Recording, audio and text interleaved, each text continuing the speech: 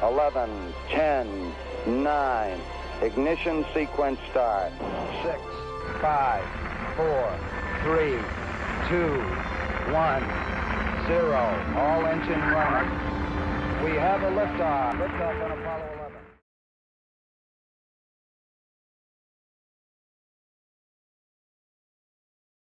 라이프타임 러너 미국 사는 두 아재들의 유쾌하고 유익한 수다 한국과 미국 스타트업 테크 기업 이야기 조강의 4센트 158번째 방송을 시작하겠습니다. 이제 유튜브 저희가 3번쯤 했는데 좀 적응이 되셨나요?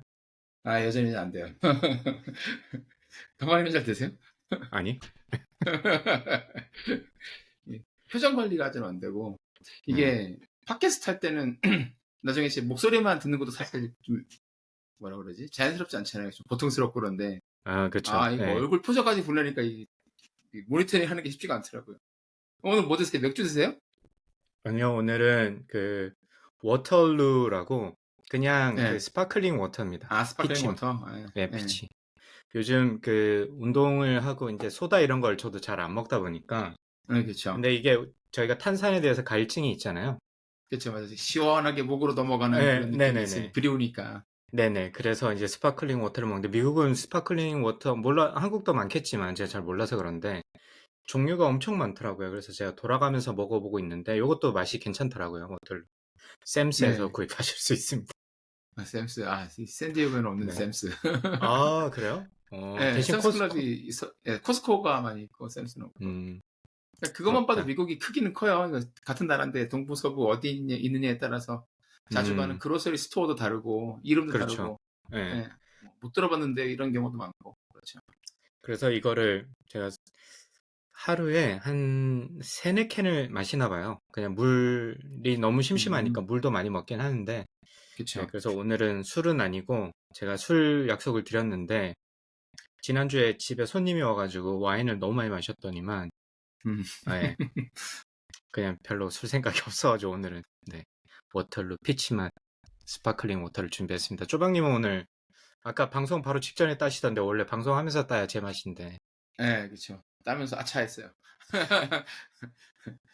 오늘은 헤링거 맥주입니다. 헤링거 맥주. 독일 맥주인데 라거인데 프랑크푸르트 맥주죠. 그렇구나. 네, 요즘에 제가 올해 그 독일 출장을 못 가가지고 독일에 가고 싶어서 독일병에 걸렸습니다. 그래서 일단 맥주로라도 아쉬움을 달래고 있어요. 쪼박님 어떻게 지내셨어요? 한 2주 됐네, 그죠? 네, 뭐 바쁘게 지냈습니다. 뭐 아들이 이제 시월드에서 일하는 게 이제 루틴이 좀 돼가지고 그거 데리러 가고 데리고 오는 거에 맞춰서 이제 일상이 돌아가다 보니까 네, 잘 적응해서 다행이고. 뭐 뉴스 보신 분들은 알겠는데 지금 샌디에고 아래쪽 그 멕시코 바하 캘리포니아 쪽에서 열대 허리케인 그 힐러리가 지금 북상 중이에요. 그래서 지금 샌디에고는 사실 뭐 지진, 산불 이런 자연재해라면 친숙한데 이 허리케인 같은 거는 사실 동부 쪽이잖아요. 그렇죠. 플로리다나 뭐 이런 쪽인데 뜬금없이 이쪽으로 온다고 그래서 지금 다들 긴장하고 있습니다. 그래서 뉴스에서 보는 게 가장 최근에 샌디에고에 허리케인이 왔던 게 언제냐 그랬더니 뭐 10년 전, 110년 전 뭐 이런 것도 아니고 그냥 전례가 없다라고 나오더라고요. 진짜? 아니 생각해보면 그렇잖아요. 이게 들어본 적은 없어요, 저도. 그게 만약에 뭐 열대 지방이면서 습기가 많아야지 태풍이 많이 생기는 거잖아요. 동남아도 그렇고 플로리다 쪽도 그렇고. 근데 이쪽은 뭐 덥기는 해도 항상 건조한 게 문제지 습기는 많지가 않은데 어떻게 되고 있을까. 그래서 정말 겪어보지 못한 일이라서 저도 샌디에고 거의 지금 20년 가까이 사는데 허리케인은 처음 들어봤습니다. 그래서 지금 다들 여기 시간으로 일요일 오후부터 월요일까지 이렇게 진행할 거다 경로를 예상을 하고 있는데 다들 바짝 긴장하고 있고. 그래서 저희도 지금 오늘 이거 녹음 시작하기 전에 나가서 뒷마당에 있는 뭐 의자나 이런 것들 날아갈 만한 것들 다 뭐 거라지에 넣어놓거나 아니면 바닥에 놓고 이제 모아놓고 그렇게 하고 왔어요. 준비를 하고 있고. 아들도 원래는 시월드에서 일요일 날 근무를 해야 되는데 오늘 전화가 왔더라고요. 내일 하루 시월드 폐장한다. 아무래도 이제 시에서 당부를 많이 하니까 폐장하고. 그리고 여기 패드레스 야구팀 경기도 원래 토요일에 한 경기, 일요일에 한 경기 이렇게 있는데 어제 갔더니 일요일 경기를 취소하고 일요일 경기를 하루 앞당겨갖고 토요일에 더블 헤더로 치른다고. 그래서 오늘 지금 2경기 치르고 있습니다. 그래서 예, 긴장을 좀 하고 있고. 예, 그러고 보니까 그러니까 기상이변으로 인한 재해가 너무 많아요. 그죠? 그쵸. 네, 저도 사실은 허리케인 온다 그래가지고, 당연히 이쪽으로 오는 건 줄 알았어요. 저 기사를 자세하게 안 읽어봐가지고, 그냥 허리케인 이름이 특이하네, 힐러리네, 힐러리. 거, 그렇죠. 네, 그거 하나 좀 독특했고, 그래서, 또 오면 어떡하지? 여기도 비가 좀 자주 왔어가지고, 뒤에 나무는 어떡하고, 막 이런 생각을 하고 있었는데, 쪼박님이 그 말씀 하셔가지고, 서부로 네. 온다고? 처음 들어보는 것 같은데? 그렇죠. 지금 예상 경로는 바하 캘리포니아를 지나서 티juana, 샌디에고를 거치고 내륙 쪽으로 빠진다고 그러더라고요. 이제 그래서 뭐 근데 내일 이거 확실히 월요일 문제가 좀 있나 봐. 근데 한국도 심하죠.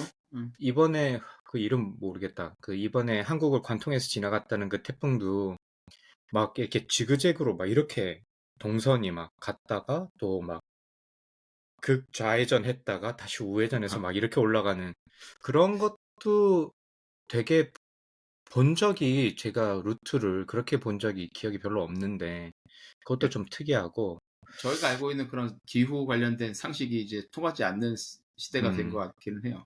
서부에 뭐 이렇게 오기도 하고. 올해도 보니까 캐나다는 아직도 산불이 계속 번지고 있더라고요. 서쪽으로. 아직도 그래서 예, 브리티시 콜럼비아주까지 지금 번져가지고 계속 네. 지나간다고 있고. 뭐 지난주는 하와이에 산불 나가지고 거기 그쵸. 여의도 면적 네. 뭐 3배, 4배? 면적이 네. 전소됐다고 이렇게 얘기하는데 그래서 태풍 힐러리가 정말 아무런 일 없이 그냥 조용히 그냥 지나가기를 바랄 뿐입니다. 네, 뭐 전 세계가 난린데 모쪼록 피해 없으셨으면 좋겠고 하와이 화재 얘기하니까 저희 어머니랑 통화하다가 어머니가 저희 괜찮냐고 물어보시는 거예요. 그래서 무슨 일이 있었냐고 저도 모르는. 그러니까 요즘 뉴스도 저 잘 안 보고 하니까. 네, 네. 그래서 그것도 모르냐고 막 어머니가 이제 그게 LA로 아셨나 봐요. 그래서 LA에 큰 산불이 났다고 그러니까 하와이 말씀하시는 거냐고. 그래서 어머니가 그렇다고 이제 얘기를 하시면서 또 막연히 이제 미국에 있다니까 걱정이 되신 거지. 그래서 부모님 마음이 그렇죠. 저희는 하와이에서 비행기로 13시간 정도 떨어져 있고 한국이나 뭐 비등비등하게 떨어져 있으니까 괜찮다. 근데 저도 그러고 나서 유튜브 이렇게 찾아보니까 진짜 어마어마하게 큰 불이고 인명피해도 많고 피할 수 없었다고 그런 영상을 봐가지고 참 이제 우리가 앞으로 어떤 기후를 맞이해야 되나 뭐 그런 생각이 좀 들기도 하더라고요. 이런 일들이 계속 일어나니까. 화제를 좀 바꿔서 뭐 네. 부러운 멋진 관람을 또 하고 오셨더라고요, 보니까. 어제 샌디에고 파드레스 경기를 직관을 하고 왔죠. 오랜만에. 부럽다, 진짜. 네. 그래서 여기 계시는 지인분 가족하고 같이 갔어요. 저랑 제 딸하고 원래 제 아들하고 같이 가려고 그랬었는데 아들이 어제 10월 제세일하느라 딸이 왔는데 딸이 드디어 이제 야구에도 재미를 붙였습니다. 어제 경기를 보고 나서. 네. 그래서 김하성 선수가 0대0으로 지루하게 가던 경기 8회 말에 나왔고 결승 2타점 안타를 쳤거든요. 그거 완전히 팩코팍 전체가 완전히 뒤집어졌죠. 직관을 하더니. 직관. 김하성 인기가 진짜 좋아요. 타석에 딱 들어서면 사람들이 응원을 하는데 네네. 사실 뭐 그냥 미국 야구장에서 한국처럼 이렇게 치어리더나 응원단이 나와서 응원을 하는 게 아니잖아요. 그냥 조용히 맥주 마시고 자기 할 일 하고 뭐 야유하고 뭐 약간 목소리 큰 아저씨들이나 이런 애들 일어나가지고 막 소리 지르고 이런 게 다인데 김하성은 딱 타석에 들어서면 진짜 그 4만 명이 넘는 4만 몇천 명이 되는데 그 사람들이 일제히 하성킴 이렇게 연호를 해요. 김하성 나왔을 때만 그래. 김하성 나왔을 때만.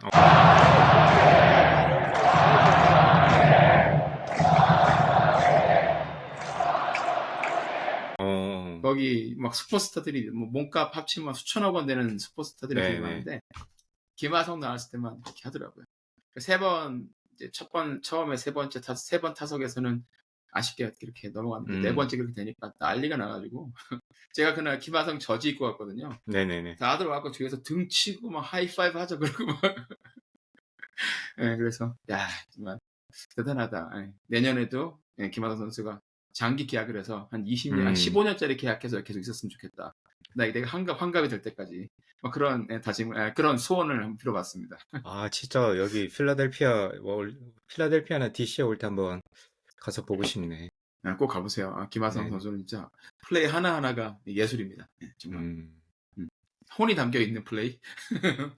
그렇죠. 강광님은 어떻게 지내셨어요? 네.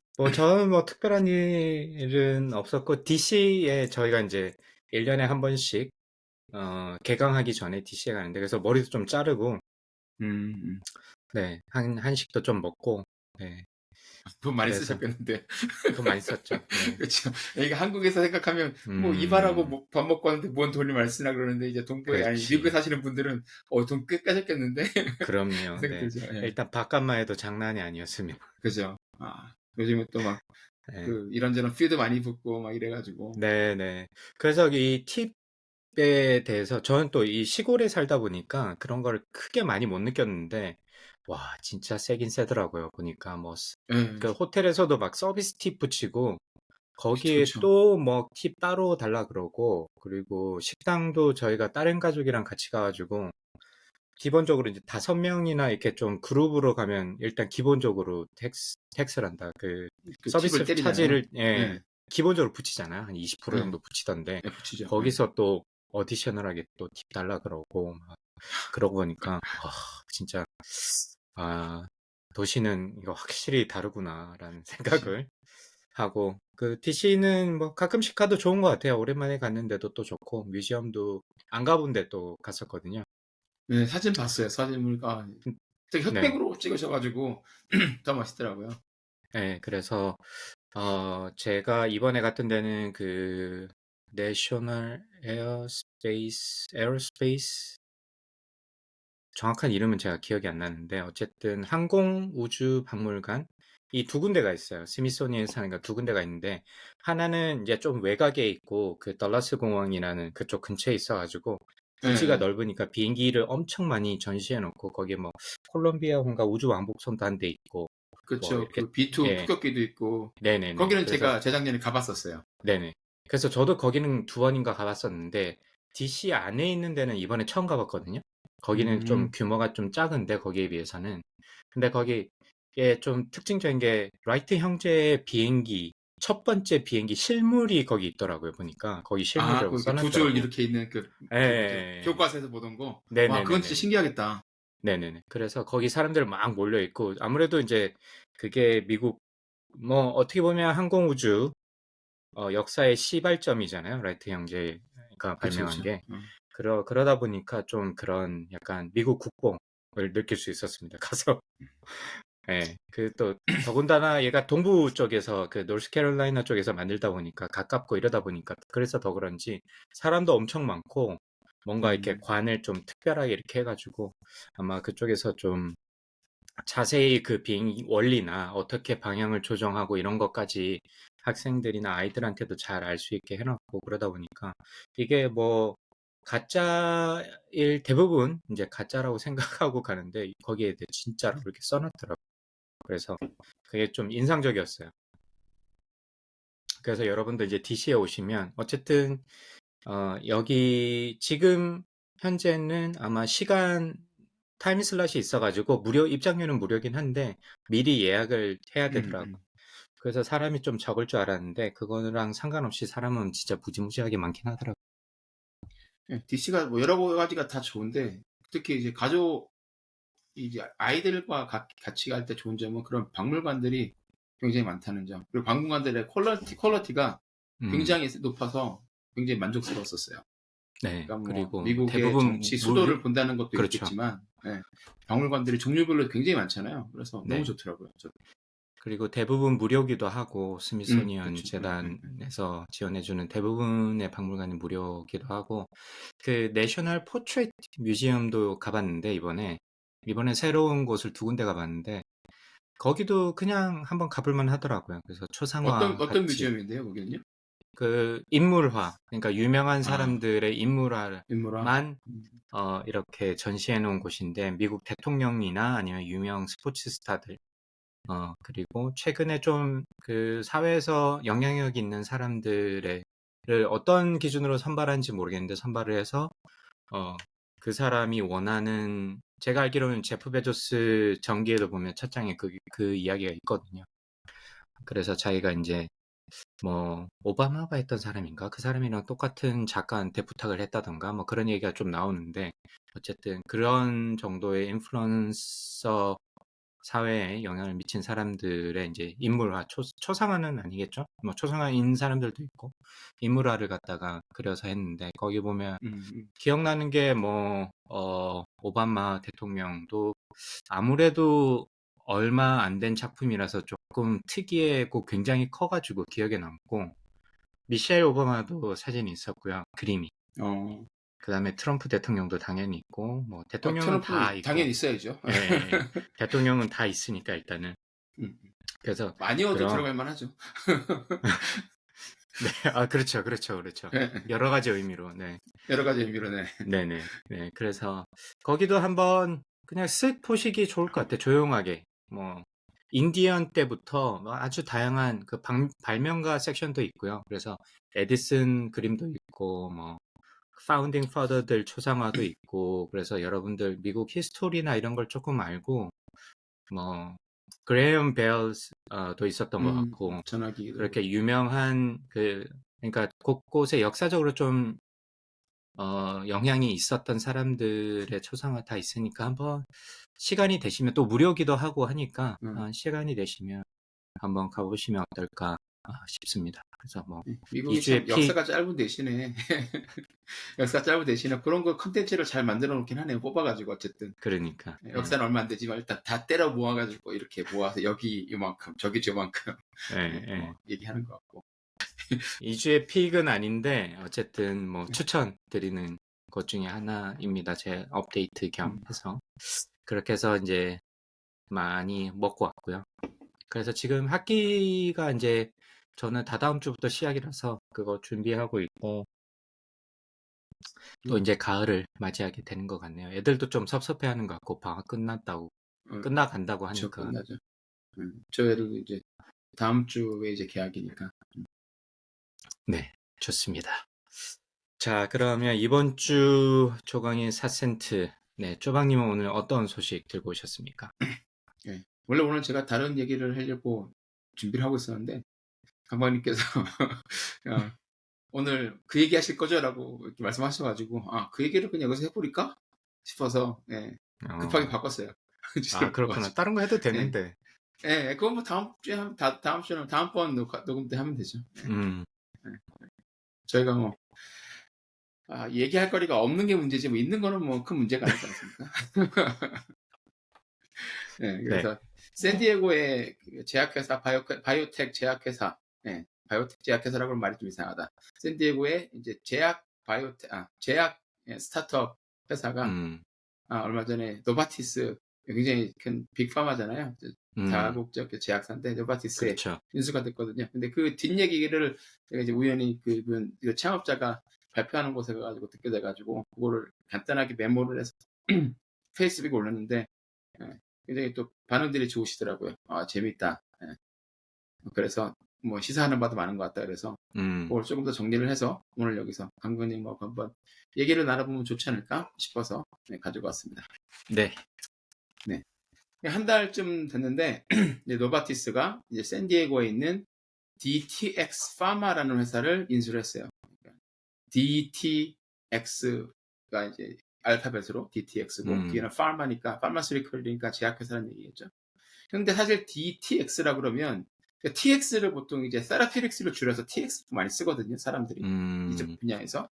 그래서 DTX라고 그러면 보통 요즘에 많이들 나오는 디지털 치료제, 이제 영어로 디지털 세라피릭스라고 많이들 하는데 그거를 이제 디지털 세라피릭스가 너무 기니까 그걸 줄여서 DTX라고 쓰는데 이 회사는 그거랑은 아무런 상관없는 회사예요. 그래서 처음에 DTX 파마라고 그래가지고 사람들이 이거 무슨 디지털 세라피릭스 하는 회사인가? 그걸 노바티스가 썼나 이렇게 알고서 들어왔다가 보고서 그건 아니냐고 많이 넘어가긴 했었는데 이 회사를 노바티스가 인수를 했는데 얼마에 인수를 했느냐면 미국 달러로 미국 돈으로 $1 빌리언 한화로 하면 1조 3천억 원이 좀 넘는 금액에 인수를 했다고 발표를 했습니다. 굉장히 대박 딜인 거죠. 예. 그렇네요. 샌디에고가 또 이제 이 작은 도시 샌디에고가 이제 들썩들썩거리게 됐죠. 그래서 보니까 이제 인수가가 이제 1 빌리언인데 그 중에 절반인 6,500억 원은 바로 지금 지급을 하고 나머지 6,500억 원은 추가로 마일스톤을 달성할 때 지급한다고 해요. 그러니까 이런 딜의 경우가 뭐 종종 있거든요. 네네. 그러니까 아무래도 양쪽이 이제 서로 절충을 하는 거죠. 그러니까는 창업자들 입장에서는 그 피인수되는 스타트업 입장에서는 1 빌리언을 다 받으면 좋겠고 우리 가치가 이만큼 그렇죠. 있고 그렇죠. 지금 네. 우리가 FDA 인수된 약은 요거 하나지만 지금 파이프라인 봐라. 내년에 하나, 그 다음에 하나 있으면 너희가 지금 우리한테 준다고 하는 6,500억 원, 그러니까 half billion 달러는 너무 적다 이렇게 얘기를 할 거고 대신에 이제 노바티스 같이 이렇게 인수를 하는 회사는 그건 알겠는데 너희들이 마일스톤을 다 이 할지 않을지. 계획한 대로 달성한다는 보장이 없지 않느냐, 그죠? 그래서 이렇게 많이 얘기하기도 하고 그리고 이제 추가로 마일스톤을 달성하게 되면 추가 마일스톤 달성 시에 돈을 더 주게 되면 아무래도 그 팀 이탈을 막을 수가 있겠죠. 그렇죠. 그러니까 네네. 돈을 크게 만약에 받고 나서 주식이 초기에 들어왔던 직원이나 파운더들이 나가버리면 또 그게 또 힘들어지니까 그 사람들을 이제 팀을 그대로 이제 최소한 이제 앞으로 몇 년간은 이제 쭉 모아놓고 그 모멘텀을 그대로 쭉 끌고 간다라는 그런 의미도 있겠죠. 그래서 일단 반은 지금 주고 나머지 반은 추가 마일스톤 달성 시에 지급을 한다라고 했습니다. 그래도 뭐 반만 해도 엄청난 거죠. 6,500억 원이 그게 누구지 애 이름도 아니고. 그래서 좋겠다, DTX가 부럽다. 부럽죠. 예, 너무 부러웠습니다, 저도. 근데 DTX가 이제 아까 디지털 헬스케어는 아니라고 말씀드렸는데 이게 siRNA 기반의 신경질환 신약을 개발하는 회사예요. 그러니까 옛날 같으면 siRNA 그러면 사람들이 뭔 소린가 싶은데 이제 아무래도 요즘에 코비드 때문에 이제 RNA가 그렇죠. 뭔지 사람들이 알잖아요, 그죠? 네. siRNA는 이제 Small Interfering RNA라고 그래서 이제 그 물질을 기반으로 가지고 신경질환 신약을 이제 개발하는 회사인데 이 회사가 창업한 지가 6년 정도밖에 안 됐어요. 그러니까 2017년 7월에 창업했거든요. 그러니까 진짜 딱 만으로 거의 6년 만에 회사를 회사를 판 거죠. 팔고 엑시트를 그렇죠. 하게 된 네. 거죠. 그러니까 6년 만에 대박 엑시트 했는데 이게 이 가격이 1조 1 빌리언 달러가 샌디에고 라이프텍 회사의 인수 그 M&A 딜 중에 최고 기록이라고 해요. 그러니까 지금부터 한 40년 정도 전에 이제 하이브리텍이라는 회사가 있었는데 그 40년 전에 이제 일라이 릴리라는 이제 제약회사에 약 4천억 원의 인수가 됐었거든요. 그때 그 돈이 사실 그것도 굉장히 큰 돈이죠. 40년 전에 4천억 그렇죠. 원. 그렇죠. 네. 근데 그렇게 되면서 이제 샌디에고가 그때 이후로 바이오텍 클러스터로 확 부상을 하게 됐는데, 그때 이후에 지금 이제 대박 엑시시 기록을 세웠다라고 이제 해서 이제 샌디에고가 좀 들썩들썩하고 있어요. 그래서 이분이 이제 아무래도 이렇게 되고 나니까 그 창업자가 되게 주목을 받게 될 거 아니에요. 그래서 창업자 그렇죠. 이름이 이제 아서 서코라는 사람인데 그냥 그 first name을 RT라고 부른다고 그러더라고요. 네. RT가 이제 샌디에고에서 가장 핫한 인물이 되어 있는데 이 친구 나이가 한 40 초반 정도 되는 것 같아요. 40이 됐거나 아니면 많이 안 됐거나 40 초반 정도 되는 친구인 것 같아요. 그래서 이제 파이어사이드 챗도 나오고 이것저것 이제 이벤트도 많이 나오곤 하는데 이분 발표를 들을 기회가 있어서 제가 한번 들어갔다가 요약을 좀 해서 왔었습니다. 이게 재밌는 게 이 회사가 성장하게 된 게 미국에서 샌디에고가 세 번째로 큰 바이오 클러스터가 된 이유가 잘 나타나 있는 것 같아요. 그래서 제가 이 블로그라든지 아니면 여러 가지 이것저것에서 발표를 했거나 아니면 뭐 가끔씩 저희 이 조광의 4센트 예전에 팟캐스트 할 때도 몇 번 얘기했던 내용들도 잘 이제 들어가 있어서 한번 그렇게 다 들어가 있어가지고 오늘 소개하면 그렇네요. 좀 좋을 것 같다 생각이 듭니다. 네. 그래서 일단 이 RT는 어떻게 보면 범강박 나와버리를 할 수 있죠. 델라웨어. 그것까지 커버 가능하시니까. 그렇죠. 델라웨어 여기 바로 옆인데. 그러니까 저 갔을 때도 델라웨어에서 피자 사줬잖아요. 맛있는 피자집에서. 맞아. 그래서 RT가 University of Delaware에서 이제 학부를 마쳤어요. 셀 바이올로지를 전공을 하고 2001학번 정도 되는 것 같더라고요. 전공하고 이제 거기서 이제 우수하게 그러니까 뭐 숨만큼 나오지 이렇게 학위로 받고 이제 UCSD로 와서 UCSD에서 이제 바이오메디컬 사이언스로 박사 학위를 이제 받았습니다. 이 친구가 박사 학위를 시작한 게 2005년에 해가지고 2009년 12월에 딱 디펜스를 했더라고요. 제가 2005년에 UCSD에서 박사학위를 시작을 해서 2010년 10월에 디펜스를 했거든요. 네. 야, 정확히 겹치는데 만나지는 못했어요. 이분이 이제 저는 공대 쪽이었고 이분은 바이오메디컬 사이언스 약대 쪽이라서 반대쪽 서쪽 바닷가 쪽에 있는 쪽이라서 아마 못 봤던 것 같은데 핑계십니다. 예, 뭐 봤다고 뭐 했겠습니까? 근데 그때부터도 좀 그랬던 게 이 친구가 인터뷰에서 얘기를 한 게 자기는 대학원생일 때도 아카데미아로 가는 건 생각을 하나도 안 했고 창업을 하고 싶다는 생각을 계속 했었대요. 그러니까 재밌는 게 뭐 보통 그렇게 되는 경우에는 이 약대나 의대나 이런 쪽에서 창업을 내가 계속 하고 싶다 이런 분들 같은 경우에는 가족분 중에 누가 아프거나 이런 사람들이 가끔씩 있거든요. 이걸 내가 고쳐보겠다. 아니면 뭐 우리 가족 중에 누가 이런 희귀병에 걸렸는데 내가 뭐 신약을 개발해보겠다 이런 동기 같은 게 있는 경우들이 많은데 그런 건 없는데 그냥 그게 자기는 존경을 했다고 그러더라고요. 그래서 대학원 시절에도 스타트업을 창업을 했었대요. 그래서 이게 뭐 알츠하이머 치료제 개발하는 회사를 창업했는데 기록을 찾아보니까 뭐 아무데도 기록도 없고 뭐 펀딩을 받았다는 것도 없고 그냥 시도를 했다가 아니다 싶어서 접은 것 같아요. 근데 이것만 봐도 이제 일단은 자기 목표가 뚜렷하게 세워져 있는 사람이었다라는 게 이제 알 수가 있고 박사학위를 마치고 나서 이 친구가 이제 포닥을 한 1, 2년 정도 하면서 뭐 어디로 갈까 하다가 이제 회사에서 영국 그 신약 개발을 자기가 하는 스타트업을 하고 싶은데 이제 대학원생 때 해보니까는 뭘 잘 모르는 상태에서 시작을 하고 그리고 돈을 끌어오고 사람을 끌어와야 되는데 자기가 아무런 네트워크도 없고 뭐 보여줄 게 없잖아요. 네, 그렇죠. 그러니까 지금 해봤자 의미가 없겠다 싶었는지 그러면 일단 큰 회사에 들어가서 제약회사에 들어가서 제약회사의 그 프로세스 어떻게 되는지도 한번 살펴보고 거기서 일하면서 실제로 이제 연구도 더 해보고 그리고 네트워크도 쌓자 뭐 이런저런 생각으로 이제 존슨앤존슨에 입사를 했다고 합니다. 그래서 샌디에고에 있는 J&J 존슨앤존슨에 입사를 해가지고 이제 당뇨병 치료제 개발팀에서 한 3년간 일을 하다가 이제 또 이제 강박님의 보험 강박 나와버린 메릴랜드 게이터스버그의 그 위에 제약회사 되게 많잖아요. NIH 맞아요. 이쪽에 네. 락빌 네. 게이터스버그 쪽에 네, 네. 거기에 메드윈이라는 회사가 있는데 거기서도 또 당뇨 치료제 개발팀에서 한 2년 반 가까이 이제 일을 해요. 한 5, 6년 가까이 경험을 쌓고 나서 다시 2016년에 샌디에고로 돌아와가지고 한 1년 정도 이제 또 레글루스라는 회사에서 좀 일하다가 이제 2016년 17년 7월에 DTX 파마를 창업을 하게 됩니다. 그래서 그때 같이 일했던 사람들 몇 명은 이제 그 같이 코파운더로 시작을 했다고 그러더라고요.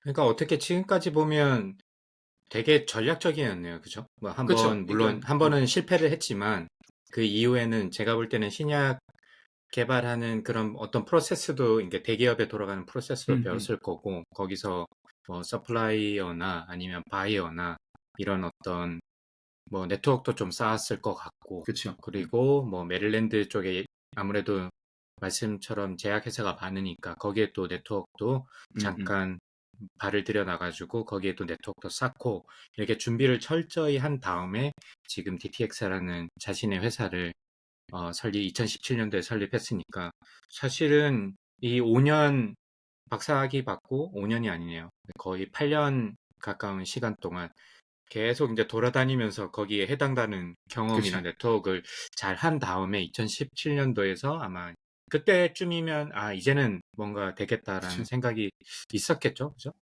그쵸, 그렇게 맞아요. 창업을 한 것 같네요. 네. 그러니까 창업 이제 뭐 이런 발표 스타트업 행사라든지 이런 데서 발표를 가끔 하면 이제 대학생들이나 대학원생들이 질문을 하거든요.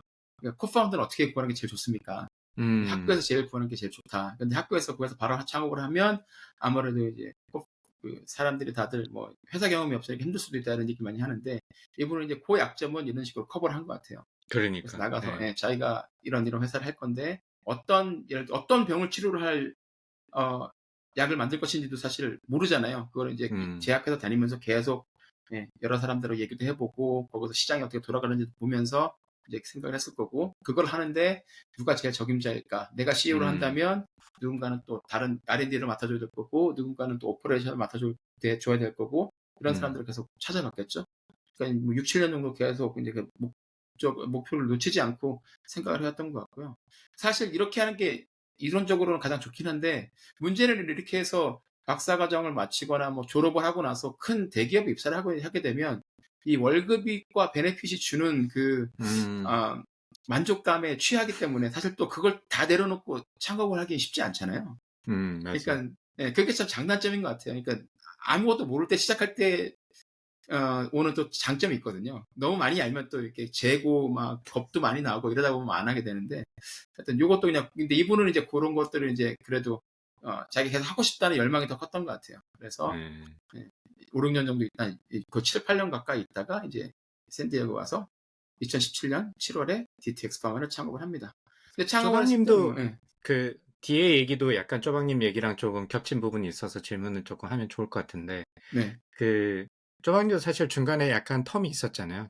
예, 예, 회사를 만들기 전에. 예, 예. 약간 다른 성격이긴 하지만 그쵸, 그쵸. 나중에 창업하고 나서 그러면 조금 더 내가 관련된 회사나 이런 데 좀 일해보고 창업을 할 걸 뭐 이런 생각을 해보신 적은 없나요? 그 생각은 항상 했었어요. 음, 항상 하고 가장 두려운 게 그런 거예요. 그러니까 제 몸에 맞지 않는 옷을 계속 입고 있어야 된다는 부담감이 음, 있잖아요. 그러니까 예를 음, 들어서 저는 처음에 입사했을 때부터 타이틀이 CTO잖아요. 근데 사실 CTO라는 직업 그 롤은 굉장히 중요한 롤이거든요. 네. 보통 너무 무거워. 회사에서. 너무 무겁죠. 예, 옷도 너무 크고 무거운데 이걸 입고서 어쨌든 뭐 어떻게 흉내는 내야 되는데 네. 그걸 잘 못하니까. 그리고 이제 아, 아무래도 예, 내가 하고 있는 게 제대로 맞는 건지도 잘 모르겠고, 음, 음, 예, 그리고 뭘 잘못하는 건지를 모르고. 그러니까 우리가 가장 두려울 때가 when we don't know what we don't know일 때잖아요. 뭘 네. 모르는지를 모를 때가 제일 위험한 상태잖아요. 예, 그런 상태로 몇 년을 계속 일을 하게 되니까 항상 그런 음, 생각을 많이 했었어요. 누군가, 음, 그러니까, 큰 회사에서 좀 일하다가 들어오면 좋겠다. 근데 큰 음. 회사에 계신 분들 얘기를 해보면, 뭐 그렇기는 한데, 일해보면 이 월급 때문에 다 내려놓고 들어오기 쉽지 않아요. 그러더라고요. 그러니까 그러니까 엉덩이가 모를 또 때 해야지. 무거워지니까. 네. 그러니까, 예. 그리고 이제 뭐, 조 박사님 지금 나이가 30대 중반이니까 지금 이렇게 해도 괜찮은데, 한 6, 7년 일하면 40이 넘어가니 그때 그거 내려놓고 나오려면 그것도 쉽지 않다고 얘기를 하시더라고요. 그렇지. 음, 그것도 들어보면 맞는 것 같고, 그런 것 음, 같아요. 예. 네. 근데 이 친구는 어쨌든 뭐, 거기서 그 월급과 안정적인 베네핏이 주는 거 딱 때려치고, 이제 자기가 하고 싶은 거를 하겠다 하고 나온 거죠. 음, 그러니까 뭐, 네. 그래서 이제 샌디에고에서 창업을 했는데 창업하자마자 이제 돈이 많지는 않았고 자기가 갖고 있는 돈 가지고 시작했던 것 같아요. 음, 그래서 처음에는 이제 오피스도 없고 어떻게 할까 하다가 이제 샌디에고에 이제 스타트업 보육기관인 커넥트라는 곳이 있거든요. 강박님도 잘 네. 아시죠? 예. 네네네. 커넥트. 예. 커넥트 여기는 뭐 비영리 기관인데 여기는 그 스타트업 어드바이저 프로그램 같은 이런 것도 인큐베이터는 아니고 억셀러레이터 프로그램, 비즈니스 교육 프로그램 같은 걸 많이 해주고, 그리고 샌디에고에 있는 그 인재들하고 그리고 회사들 그리고 아니면 은퇴하거나 은퇴를 곧 하려고 하는 그 인더스트리 베테랑들하고 연결을 해주는 그런 일을 음, 하거든요. 그래서 이름이 커넥트예요. 그래서 이 커넥트가 생긴 게 벌써 42년 가까이 돼 가는데 여기에 음, 이제 스프링보드라는 그런 프로그램이 유명해요. 저희 회사도 여기를 이제 들어가서 네네. 여기서 교육을 받았고, 로보링크도 몇 년 전에 여기 음, 갔다가 이제 스프링보드 지원해서 이제 선정돼서 해봤는데, 재밌게도 이 정도 스펙이면 제 생각에는 바로 될 것 같은데 첫 번째 어플라이 했는데 탈락했대요. 그러니까 오, 심사를 했는데, 예, 다 좋고 뭐 스펙도 좋고 다 알겠는데 이게 비즈니스 모델이 너무 좀 허술하다는 거죠. 음, 그래서 탈락을 했어요. 탈락이 됐는데 대신에 커넥트 쪽에서 이 RT한테 우리가 여기 너를 도와줄 수 있는 베테랑 CEO를, 지금 은퇴하신 베테랑 CEO를 내가 매칭을 시켜줄 테니까 그 사람하고 음, 일주일에 한 3, 4시간 정도 만나가지고 1대1 미팅하면서 어드바이저 받고 비즈니스 모델을 이제 리뷰를 한번 해봐라. 우리가 그거는 비용은 다 대줄 테니까 해봐라. 오, 그렇게 된 거죠. 네. 그래서 이제 이런 제약회사에서 계속 CEO를 하시고 그리고 큰 회사에다가 몇 번 이렇게 엑시트를 하셨던, M&A를 하셨던 경험 많으신 제임스 캘러웨이라는 분이 이제 어드바이저가 돼가지고 이제 일주일에 3, 4시간 만나면서 미팅을 합니다. 해보니까 RT가 굉장히 똑똑한 거예요, 얘가. 똘똘하고 무엇보다 음, 소프트 스킬이 굉장히 좋다는 얘기를 하시더라고요. 그러니까 얘가 음, 자기가 뭐가 부족한지를 알고 모르는 게 있는데 물어보는데 이렇게 부끄러움 같은 게 없고, 음, 음, 그리고 얘기를 하면 굉장히 잘 받아들이고, 그리고 조금 세게 얘기를 해도 이렇게 퍼스널하게 받아들이지 않고, 그거를 이제 크리티컬 피드백을 이게 굉장히 프로페셔널하게 음, 잘 받아들여서 이게 굉장히 자기도 의미 있는 그 코칭이었다라고 얘기를 하더라고요. 음, 그래서 이제 7월에 떨어졌는데 이제 미팅을 하면서 이제 코칭을 하고 받고 나서 그 같은 해 17년 12월에 이제 다시 지원했는데 그때는 이제 선정이 됐습니다. 선정이 되고 그러면서 같은 시기에 이제 그러면 이제는 랩을 만들어도 되겠다라는 생각이 들어서 샌디에고에 이제 바이오텍 인큐베이터가 있거든요. 그러니까 공용 실험실을 제공해주고 한 달에 얼마를 내면 그리고 공용 기기도 사용하게 해줄 수 있는 인큐베이터가 있는데 그게 J랩스라는 곳이에요. 그러니까 얀센 랩스라는 곳이거든요. 네. 그러니까 얀센 랩스 이게 미국에 여러 군데 있는데 샌디에고에서 제일 처음에 생겼었는데 거기에 이제 입주를 해서 이제 본격적으로 이제 사람도 좀 하이어하고 시약도 사고 실험을 하게 돼요. 그러면서 이제 2018년 초부터 이제 쭉 이제 속도를 내면서 사람도 하이어링하고 비즈니스를 본격적으로 운영합니다. 그러니까 이게 보면 커넥트라는 곳에서 탈락을 시키려면 이제 그 이유를 이제 알려주고 왜 잘못됐는지 알려줘야 이 사람들이 제대로 이제 그 이유를 알고 약점을 고칠 거 아니에요.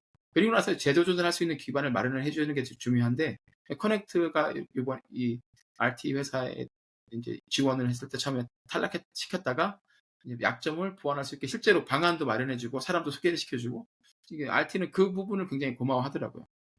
그게 아니었으면 자기도 굉장히 그냥 다른 스타트업 창업자들이 하는 많은 실수들을 다 저지르면서 몇 년 지나서야 이제 배울 수 있었던 것들을 한 3, 4개월 안에 빨리 배우고 넘길 수 있었다라고 이렇게 회고를 하더라고요. 그러니까 그게 어떻게 보면 지원기관이라든지 심사기관들의 역할이 아닌가 뭐 그렇게 생각이 들어요. 그래서 이제 2017년에 이제 JLab에 입주를 했으니까 돈이 이제 필요할 거 아니에요. 네. 그래서 이제 첫 번째 엔젤 라운드 투자를 받습니다. 그래서 이게 샌디에고의 누펀드 벤처그룹이라는 곳에 봤는데 저도 잘 모르는 데거든요. 되게 새로 네. 생긴 곳인 것 같아요. 그래서 누펀드 벤처그룹에서 엔젤 라운드 투자를 받는데 얼마를 받는지는 얘기를 안 했는데 제 생각에는 한 많아봐야 200만 불 정도였을 것 같아요. 100만 불에서 200만 불 사이. 그러니까 10억에서 20억 사이 받은 것 같아요. 그런데 이제 이때 돈을 빨리 받아야 되기 때문에 뭐 가치 평가 이런 거 없이 그냥 컨버터블 노트로 받고 그리고 나서 시리즈 A를 우리가 이제 몇 년 후에 받게 되면 그때 이제 주식으로 전환을 하는 걸로 하고 돈을 받았다고 합니다. 그래서 받아서 이제 조금씩 하면서 이제 2019년, 2020년에 제가 계속 여기저기서 떠들고 다니는 SBIR 프로그램에 지원을 해서 이제 NIH에서 약 20억 원 가량의 R&D 자금을 확보를 해요. 그러니까는 엔젤 라운드에서 한 200만 불 정도 투자를 받고 그리고 NIH R&D 자금 프로그램인 그 SBIR과 STTR로 약 20억 원의 이제 R&D 자금 확보하면서 2018년, 2029년 그리고 2020년 한 절반 정도를 다 쭉 이제 건너가게 됩니다. 그래서 이거 굉장히 똑똑한 거죠. 필요한 만큼만 돈 받고 그리고 그러니까. R&D 자금은 이제 지분 희석이 없는 정부의 그렇지. R&D 네. 지원 자금 SBIR을 받게 되는 거죠. 그래서 SBIR을 2개를 받고 그리고 STTR을 3개를 받았어요. 이것도 R&D 그랜트도 굉장히 잘 쓰는 사람이었던 거죠. 그러니까 2년 사이에 5개 받은 거잖아, 총. 그렇죠. 2년 사이 5개 이거 네. 쉽지 않은 건데 이것도 받아서. 그러니까. 네. 네. 그리고 나서 이제 2020년이 다 되면서 이제 그때가 이제 코비드 터질 때잖아요. 그때 이제 시리즈 A를 유치하는 이제 펀드레이징을 이제 레이징을 하는데 그때 총 10.6 밀리언 달러, 그러니까 1,000만 달러 조금 넘게 투자를 유치를 했다고 그래요. 그러니까 140억 원 정도 투자를 유치했는데 이때 완전히 오버 서브스크라이브 되고 난리도 아니었다고 그래요. 그러니까 오버 서브스크라이브이 뭐냐면 처음에 이제 스타트업 회사가 우리는 이번에 시리즈 A에서 예를 들어서 500만 불 투자를 받겠습니다 그러면 사실 이 회사가 별로 핫하지 않으면 500만 불을 펀드레이징 하는 게 굉장히 힘들잖아요. 아무도 그렇죠. 돈을 안 들여오려고 할 네네네. 근데 회사가 굉장히 핫하면 우리가 500만 불 하겠다 그러면 막 너도나도 이제 돈을 싸들고 오는 거죠. 우리 투자 받아줘. 그러다 보면 이제 500만 불까지만 했던 500만 불을만 투자를 유치하려고 계획을 했다가 그럼 뭐 한 600만 불 해볼까? 700만 불 해볼까? 이렇게 되는 거죠. 그렇게 해서 1,000만 불 넘게 됐다고 그래요. 그래서 이제 일단 투자를 할 때 이때 그 제약회사 중에 하나인 이렇게 일라이 릴리에서도 투자를 했는데 요 투자를 할 때도 아까 말씀드렸던 커넥트의 스프링 보드 프로그램에서 만난 그 어드바이저가 소개를 해줘가지고 그런 이제 다국적인 제약회사에서 전략적으로 시리즈 A에 투자를 했다는 거죠. 사실 이것도 쉽지 않은 건데 그 커넥트 프로그램에서 만난 사람들을 이제 잘 이용을 해서 그 무형의 커넥션의 힘을 굉장히 잘 이용을 한 거죠, 이 사람. 네. 어떻게 보면 운이지만 또 100% 또 운이라고 치부할 수도 없는 게 본인이 그렇게 만들어가고 그 사람한테 계속 그걸 이용을 해서 뭔가를 만들어낸 거니까 그렇죠. RT가 네. 대단하다고 볼 수 있죠. 그래서 이제 계속 2020년에 만들어내고 그리고 나서 이때 2020년에 이제 3월 말에 캘리포니아 전체가 셧다운에 들어가잖아요. 코비드 때문에. 네. 그러면서 입주해 있던 젠슨랩이 청천벽력 같은 뉴스를 발표를 했다고 그래요. 거기 입주해 있는 모든 회사들한테 우리도 코비드 때문에 아무도 못 들어온다 여기에. 문 닫아야 된다. 당분간은 우리가 문을 닫겠다. 그러니까 소프트웨어 회사들이면 그나마 그래도 컴퓨터라도 집에 가져와서 일을 하면 되는데 못 하잖아요. 그래서 어떻게 그러니까 할까 막 고민을 랩이 하고 있어야 있는데 되니까. 네.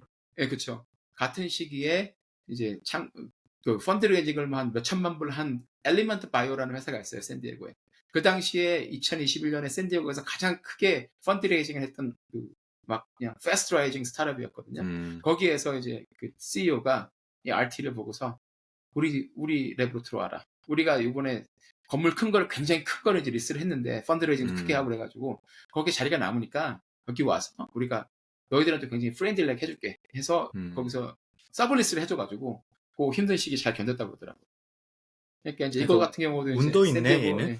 운도 있죠. 운도 있고 예. 그리고 이제 이 클러스터에서 이 스타트업 하는 게 좋은 점 중에 하나가 이런 식으로 이제 서로 도움을 줄 수 있는 사람들이 많이 있으니까 단순히 뭐 정부기관이나 시기관 뭐 이런 뿐만 아니라 투자자뿐만 아니라 같이 이제 뭐 경쟁하거나 아니면 그 분야에서 일하는 회사들끼리도 서로 이제 뭔가 모자라거나 부족한 부분을 서로 채울 수가 있잖아요. 그러니까 그런 부분도 굉장히 좋았어요. 그러니까 저희도 뭐 이 정도의 스케일은 아니지만 2014년부터 2016년 중반까지 2년 반 정도를 이제 그 알릴 바이오텍이라는 회사가 이제 이 회사 CEO가 2층짜리 건물을 샀어요.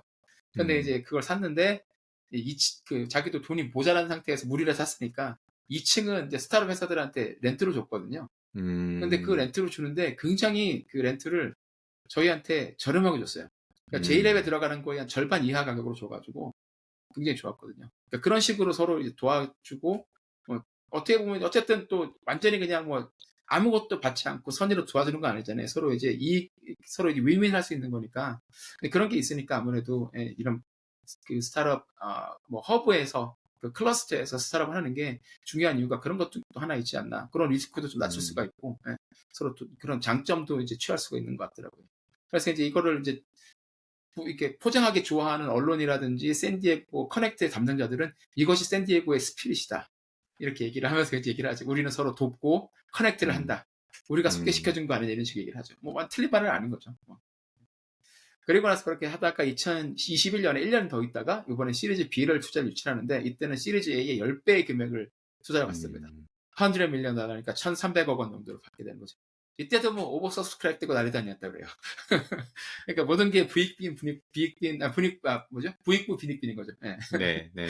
그래서 시리즈 A 근데 재밌는 게 샌디에고가 아까 제가 처음에 말씀드릴 때 미국에서 세 번째로 큰 바이오텍 클러스터라고 말씀드렸고 이제 바이오텍 쪽에 생명과학 쪽에 스타트업 그 액티비티도 되게 활발하고 그런데 약점 중에 하나가 샌디에고 태생에 로컬 VC가 없다는 게 항상 약점이었거든요.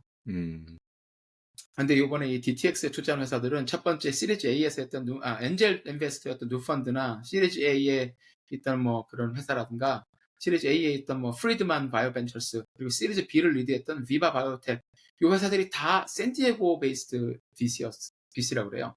굉장히 고무적인 거죠. 그러니까 약점 중이었었는데 굉장히 한 3, 40년 가까이 약점이라고 지적받았는데 이제 최근 한 10년 넘어가면서 이제 작고 대박은 아닌데 중박, 소박 이런 스타트업 회사들이 이제 M&A가 되면 액시즈 많이 되니까 뭐 창업자들이 계속 이제 돌아와가지고 VC도 만들고 이러면서 점점 그 VC 생태계도 점점 이제 커가는 것 같더라고요. 그러니까 요거 같은 경우도 이제 요번에 샌디에고 이쪽 지역에서는 이거 진짜 이거 굉장히 고무적인 이벤트다라고 생각을 하는 거죠. 네. 그래서 이 사람이 이제 어떻게 가장 중요한 게 이제 사람들이 끝나서 물어봤어요. 그럼 당신의 이제 계획은 뭐냐라고 물어봤거든요. 네. 그러니까 은퇴할 거냐, 은퇴해서 하와이 갈 거냐, 뭐 이런 거 물어봤는데, 뭐 하와이는 은퇴하지 않아도 갈 수 있으니까 휴가 때 가면 되고 얘기를 하는 게 자기가 일단은 아직은 그 마일스톤을 더 제가 달성을 해서 돈을 받아야 되니까 그리고 자기는 아직은 자기 회사의 잠재력이 완전히 다 발현되지 않았다 생각하기 때문에 계속 이제 일을 더 해야 될 것 같고, 그리고 나서 어느 순간에 내가 물러날 때가 되면 다시 돌아와서 자기는 투자자로서 자기가 받았던 거를 이제 페이 포워드 다시 후배들한테 페이 포워드 해주고, 후배들한테, 그리고 스타트업을 이제 지원해주는 그 VC도 만들고 싶다라고 이렇게 얘기를 하더라고요. 그래서 굉장히 신기했었고, 그리고 시리즈 투자 A, B 투자 받을 때 이게 뭐가 가장 힘들었냐고 그랬더니 이분이 했던 말이 가장 인상적이었던 게, 자기는 I never try to overvalue the company라고 얘기를 하더라고요. 그 회사의 가치를 물론 높게 책정하는 게 중요하잖아요, 그죠? 그렇죠. 네. 그렇긴 한데 오버밸류를 하지 않기 위해서 굉장히 노력을 많이 했다고 그래요. 여기저기 그 조언들도 많이 듣고 그래서 예, 그 부분에 자기 이제 그 후배, 그러니까 다른 스타트업 창업자들한테도 그 부분에 굉장히 신경을 많이 써야 된다. 처음에 오버밸류 돼가지고 하이프 돼가지고 올라가게 되면 나중에 되게 힘들어질 수 있다.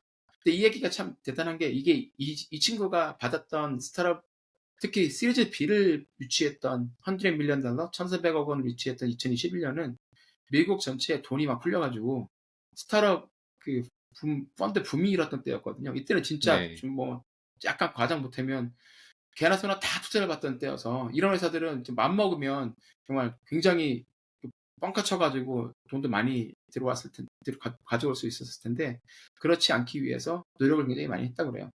어떻게 노력했냐 그랬더니 혼자서 생각을 많이 하고 투자자들과도 얘기를 많이 하고 여기저기 뭐 어드바이저들하고 이렇게 조언도 많이 받고 그렇게 얘기를 했다고, 남들 얘기를 많이 들었다고 합니다. 그게 또 참 대단하고, 그리고 나서 그때 이제 왔던 그 어드바이저인가 뭐 그분들 중에 한 분한테 물어봤다고 그래요. 한 명이 물어봤어요. 그 청중 중에서 당신이 이 RT랑 일했는데 어떤 부분이 가장 인상적이냐라고 물어봤더니, 이 친구가 항상 언제 내가 CEO에서 물러나야 할 때를 알게 될 것인가에 대해서 계속 질문했다고 그래요. 그러니까 지금은 내가 CEO지만 회사가 커가면서 어느 순간에 내가 그 롤을 제대로 못하게 될 순간이 오게 될 거고, 그렇지. 그럴 때가 되면 나는 미련 없이 당연히 물러나와야 되는데, 내가 그때라는 것을 알 수 있는 순간이 오게 될 것인가, 이걸 물어봤다고 그래요.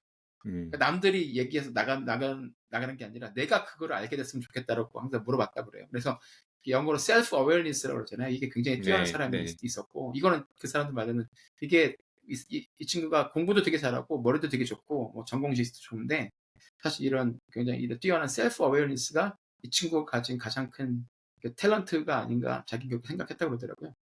그래서 그렇게 있어서 그런지 회사가 일단은 지난 6년간 쭉 성장하면서 이 CEO가 해야 될 롤도 많이 바뀌는데 거기에 맞춰가지고 잘 배워가면서 성장했다고 해요. 그러니까 그 부분을 들으면서 셀프 어웨어니스라는 얘기를 들으면서 굉장히 제가 또 머리를 딱 맞은 것 같이 기분이 뭐 그런 느낌이 들었습니다. 그런 기분이 좋았고, 그러다 보니까 이제 UCSD에서 대학원 나왔죠. 근데 그렇게 이렇게 들으면 또 다르죠 또. UCSD에서 이제 대학원 나오고 샌디에고에 있는 회사들에서 이제 일하다가 창업해서 이제 샌디에고에서 가장 오래된, 그리고 이제 샌디에고 창업의 허브라고 할 수 있는 커넥트의 스프링보드 프로그램을 수료를 하고, 거기에서 매칭된 어드바이저라고 네트워크도 하고 뭐 그분들을 보드 멤버로 들여오거나 아니면 회사 임원으로도 채용을 했다고 그러더라고요. 그러고 나서 이제 샌디에고 베이스드 VC들한테서 투자를 받아서 시리즈 A, B 받고 이렇게 성장해서 대박 딜을 터뜨렸으니까, 거기다가 이제 SBIR, STTR의 성공 사례이기도 하니까 뭐 여기저기서 아주 모범적인 사례로 다루고 있어요. 그러니까 네, NIH, 그러겠네요. SBIR 담당자 입장에서도 굉장히 좋은 케이스인 거죠. 얘들 그렇죠. 봐라. 그거 하기 전에 기업 가치도 없는 상태에서, 매출이고 뭐 아무것도 없는 상태에서 SBIR, STTR 가지고 200억만 불 정도 받아서 성공하고 기업 가치 높게 올려서 시리즈에 1,000만 불 받고, 그 다음 해에 또 10배 이상 투자 받고 노바테스 되지 않았냐라고 얘기하는 거죠. 그래서 앞으로 이제 아마 NIH, SBIR 웨비나 가면 이 회사 얘기 많이 나올 것 같다, 뭐 그런 생각도 듭니다. 뿌듯하시겠어, 또 샌디에고 출신이고 하니까. 그렇죠. 그래서 일단 링크드인으로 메시지는 보냈는데 바쁜 것 같아요. 답장을 안 해주시더라고요. 그래서 조금 지나고 나면 다시 한번 링크드인으로 다시 한번 연락드리고, 다음번에 이제 UCSD나 이런 데서 분명히 이런 행사를 또 할 거기 때문에 자랑스러운 동문 행사 이런 거 분명히 하지 않겠습니까? 그럼 그때 이제 등록해서 가서 옆에서 인사라도 드리고 명함이라도 드리고 와야 되지 않을까. 아유, 그 옆에 같이 앉아 있어야지, 자랑스러운 네. 동문. 그래서 여기 사진 찍고 페이스북에 올리도록 하겠습니다. 그 그래서 이제 말씀하시는 것 중에 뭐 이거는 저희가 특별히 준비한 원고는 아닌데 궁금한 게 있어가지고 그 네. 커넥트 프로그램 같은데 아까 말씀하셨듯이 이게 자문가 뭐 물론 커넥트도 되게 인상적이긴 하네요. 떨어졌는데도 불구하고 그쵸. 뭐 포텐셜이 있으니까 뭔가 아쉬운 게 있으니까 아마 그랬을 거고 그걸 갖다가 계속 팔로우하는 것도 굉장히 그 인상적인 부분이기도 하고 보통 떨어졌으면 뭐 다음에 하든지 말든지 이게 아니라 그걸 갖다가 그쵸. 어떻게든 또 끌고 가려는 것도 되게 인상적인데 거기 맞아요, 그 맞아요. 매칭해 주셨다 그랬잖아요. 그 예. 3번 정도 만나라. 예, 그런 예. 분들은 그 보수 같은 거는 그러면 그것도 발런티어 형식으로 발론티어라고 저는 알고 있어요. 따로 주시지 않고. 예. 그래서 그러면 커넥트를 처음에 음, 만들었을 때 이제 철학이 그런 거였고, 그리고 음, 거기에 계신 분들이 이제 자기가 그러니까 페이 포워드라는 얘기를 많이 하잖아요. 예, 그렇죠. 예, 예. 네. 그러니까 페이 포워드를 하는 분들이 뭐 아무 데서나 그냥 무턱대고 그분들도 어딘가 가서 좀 내가 페이 포워드를 했을 때 그게 또 효과가 나는 곳에서 하는 게 보람이 있을 거 아니에요. 그렇죠. 그래서 네네. 그래도 예, 그래서 똘똘한 애들이 모이는 곳에 가니까 아무래도 커넥트에 가서 하면 좋고요. 사실 이거를 음, 약간 삐딱하게 본다면 페이 포워드라고 너희들이 포장을 하지만 결국은 누가 잘 될지 모르니까 어느 그룹에서 비 나올지 모르니까 그냥 페이 포워드라는 이용을 해주는 거 아니냐 얘기를 하긴 하는데 뭐 음, 이렇든 저렇든 어떻습니까? 그리고 음. 이게 여기 보면 커넥트에 계시는 분들이 이제 다음 커리어를 준비하는데 또 유용하기도 해요. 그럴 수 있을 것 같아요. 네. 예, 그렇게 좋은 커멘트를 해주면 나중에 뭐 보드 멤버가 될 수 있다든지 그런 그렇죠. 나중에 회사가 커졌을 맞아요. 때 그래서 예, 예, 커리어를 바꾸는 찬스도 될 수도 있어서 여러모로 그렇죠. 네, 좋은 그 플랫폼을 잘 만든 것 같긴 하네요. 예, 커넥트가 비영리 단체고 이렇게 회원들의 뭐 성금과 뭐 도네이션으로 이렇게 이어지는 회비와 뭐 도네이션으로 이어지는 거라서 이렇게 예산도 되게 작아요. 음, 그래서 사람들도 별로 없고 상주 인원도 별로 없고 그런데 근데 그러다 보니까 거기에 맞춰서 운영을 하는 거죠. 음, 그래서 뭐 돈 들여서 뭐 인큐베이터 이런 사업도 절대 안 하고요. 그런 거 하고 음, 싶다고 하는 회사들은 하고 싶다는 이제 그런 거 해야 되지 않을까라고 뭐한 10년, 20년 전에 얘기가 나와서 바이오텍 하는 이제 쪽 사람들은 커넥트에서 떨어져 나와가지고 바이오콤이라는 단체로 이제 분사를 음, 했고요. 이 회사는 그래서 음, 지금 뭐 여러 가지 사업들 되게 많이 해요. 그리고 많이 음, 하고 그리고 이제 그 안에서 IT 쪽이랑 뭐 이런 하드웨어 쪽으로 하고 싶다는 사람들이 빠져나가서 하고 있는 게 에버넥서스라는 곳이 있는데 그래서 얘들은 음, 그냥 자기들이 그 전부터 하고 싶었던 그런 하드웨어 중심의 인큐베이터 사업도 하고 있어요. 동용 오피스 이런 사업도 하고 있어요. 근데 커넥트는 그렇게 하고 싶은 사람들은 자기들이 이제 네트워크 이용해서 나가라. 네. 사업하고 분산을 하되 우리는 계속 비영리 단체로 남아서 예, 초기에 그 철학을 계속 유지하겠다는 얘기를 하고 있고 그렇게 지금 계속 하고 있죠. 그러니까 그분들 말씀은 거기에 들어오시면 이제 뭐 한 연세 한 50대 중반, 60대 정도 되셨는데 새로 뭐 시작하기에는 조금 힘들고 돈은 이제 좀 많이 벌으셨는데 뭔가 의미 있는 일도 하고 싶으시고 그리고 그전에는 안 해봤었던 어드바이저로서 뭐 보드 멤버라든지 초자 역할을 하고 음, 싶으시면 여기 와서 그분들도 자기들이 이제 네트워크를 쌓는 거죠. 음, 경험도 쌓고. 그러니까 그런 것들을 정말 잘 이용을 하는 시스템이 아닌가 그런 생각이 들어요. 음. 네, 뭐 아마 좀 그 한국이나 이런 데도 조금 도움이 될 만한, 근데 안 될 이유도 있을 것 같아요. 이게 굉장히 특별하게 아이디얼하게 지금은 구성이 돼 있는 것 같은데, 네, 네. 자칫 잘못하면 안 될 이유도 많을 것 같아서, 뭐, 그렇죠. 네. 이걸 반치마킹을 그냥 바로 한다고 해서 할 수 있는 부분은 아닌 것 같고, 약간 문화적인 측면이라든지, 네, 네. 전반적인 뭐 사회 경제적인 부분이라든지, 뭐 이런 맞아요. 것들이 여러 개의 조건이 좀 필요할 것 같다는 좀 생각이 들었고, 그래서 그게 궁금했고, 그 네. 뭐, 물론 알고 있었지만, SBI랑 STTR이랑 1년에, 여기 지금 2년에 5개니까, 일단 네, 네. 1년에 2개 이상씩, 뭐, 평균적으로 봤을 때는 그렇죠. 받았는데, 네, 이 네. 중복으로 받는다는 부분은, 네, 네. 제가 볼 때마다 너무 신기해요. 그렇죠. 과연 한국에서 이게 아마 감사 들어가지 한국에서, 않았을까. 예, 가능, 수소 니네 들어가지 뭐, 않았을까. 그냥 뭐 있냐, 뭐 이랬을 텐데. 네, 근데 사실 R&D라는 게 여러 가지 컴포넌트로 이루어져 있고, 그러다 보면 네, 하나의 이제 몰빵해서 하기보다는 이렇게 나눠서, 어, 추진을 해가지고 나중에 이게 또 합쳐지든 분리가 되든 이런 부분에 있어서는 이렇게 여러 가지 프로젝트가 동시에 진행되는 게 맞는 것 같은데 뭐 그렇죠. 이런 그리고 이제 부분은 제약회사 같은 경우는 이제 후보 물질이 하나 있으면 그 물질을 가지고서 아까 뭐 어디에 예를 들어 쓸지 신경계 쪽에 응용을 하게 되면 거기에 관련돼 있는 NIH 기관에 들어갈 수 있고 이게 뭐 다른 기관 에이징에 만약에 뭐 관련이 있다 싶으면 예를 들어서 그또 노화를 관련된 에이징에 관련된 연구를 지원해주는 NIH 그 부속 기관을 할 수 있는 거고 이게 뭐 캔서에도 응용이 될 수 있겠는데요. 그러면 이제 NCI 캔서 인스티튜트에도 가서 할 수 있으니까 그렇게 하더라도 어쨌든 그 FCBR 하나 아래 다 들어와 있기 때문에 서로 중복 체크는 다 하거든요. 그러니까 뭐 그거 담당 그 시스템을 당연히 믿으면 되는 거고 뭐 그렇게 해서 성공 사례가 나오면 어쨌든 그 정상적인 리뷰 프로세스를 거쳐서 받은 거니까 뭐 거기 문제를 삼을 이유는 없을 것 같다는 생각이 들어요. 네. 뭐 팔이 안으로 근데 굽으니까 뭐 저는 아니, 제가 그렇습니다. 궁금한 건 거꾸로 왜 한국에는 그렇게 안 될까라는 아쉬움이 있어서 이제 말씀드리는 거고 그렇죠. 나중에 쪼박님의 이 핫타픽인 SBIR은 나중에 저희가 별도의 꼭지로 한번 좀 강의를 쪼박님의 강의를 저희 채널에 한번 얹어보도록 하고요. 그때 아마 또 야. 한번 새로운 뉴스로 업데이트 되지 않을까. 그렇죠. 야, 뭐 IT 삽을 곰탕으로 얘기가 많이 해먹는 것도 나오겠네. 아니고 그렇습니다. 근데 이제 네. 요 상태에서 이제 그 DTX 인수에서 제가 이제 제일 궁금한 게 아까 잠깐 처음에 제가 이제 1985년에 하이브리텍이라는 회사가 일라이 릴리에 그 당시 돈으로 4천억 원에 인수되면서 샌디에고가 이제 바이오텍으로 힘을 쫙 받아갖고 성장을 했다고 그랬잖아요. 그 전까지는 샌디에고는 뭐 바이오텍으로 그렇게 유명한 곳은 아니었으니까 분사도시로 유명했었지. 뭐 그랬었는데 이때 이 인수권이 굉장히 컸거든요. 근데 이제 이때 일라이 릴리를 인수를 했는데 이게 스타트업이 이제 큰 회사를 인수를 하면 이제 그 후에 그 PMI라고 그러잖아요. 포스트 머저 인테그레이션. 문화도 다르고 제도도 다르고 모든 게 다 다르니까 그걸 굉장히 잘 해야 되는데 이거를 일라이 릴리가 굉장히 잘 못했대요. 그래서 이제 이쪽 분야의 말로는 역사에 남을 잘못된 인수였다라고 또 얘기하는 사람도 있거든요. 그래서 이제 굉장히 잘못된 인수, 실패한 인수였죠.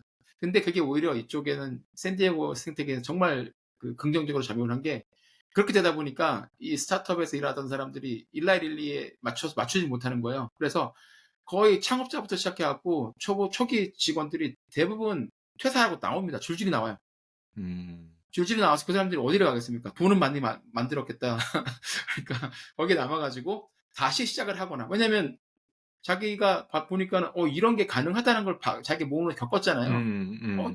쟤도 했는데 나라고 못할 이유가 있어? 그래가지고 회사를 창업을 하거나 아니면 자기가 창업을 하면 투자를 받아야 되는데 누구한테 가겠습니까? 자기 같이 일하던 보스한테 가겠죠. 보스 100만 불만 투자해주세요.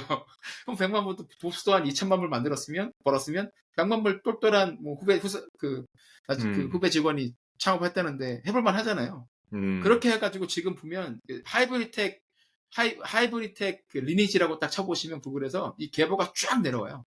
하나 시작을 해서 얘가 뭐가 되고 이게 저게 되고 이거는 어디 인수가 되고 이건 저기에 인수가 되고 그래서 쫙 나오거든요.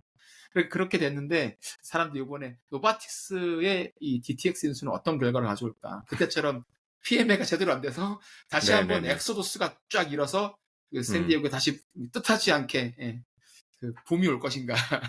아니면 이번에 노바티스는 그래도 그때 일라이 릴리 같은 실수를 반복하지 않고 이 DTX의 인수를 발판 삼아 이 siRNA 플랫폼의 강자가 될 것인가? 이런 것들도 이제 관전 포인트로 앞으로 몇 년간 살펴보면 좋을 것 같다. 뭐 그런 생각이 듭니다. 네, 그렇네. 생각해보니까 그런 생각은 못했는데 acquire, 그러니까 인수하는 기업 입장에서는 사실 포텐셜을 보고 인수를 한 건데 PMI가 잘 안 되면 사실 커뮤니티 측면에서는 좋은 거예요. 커뮤니티 측에서는 그렇죠.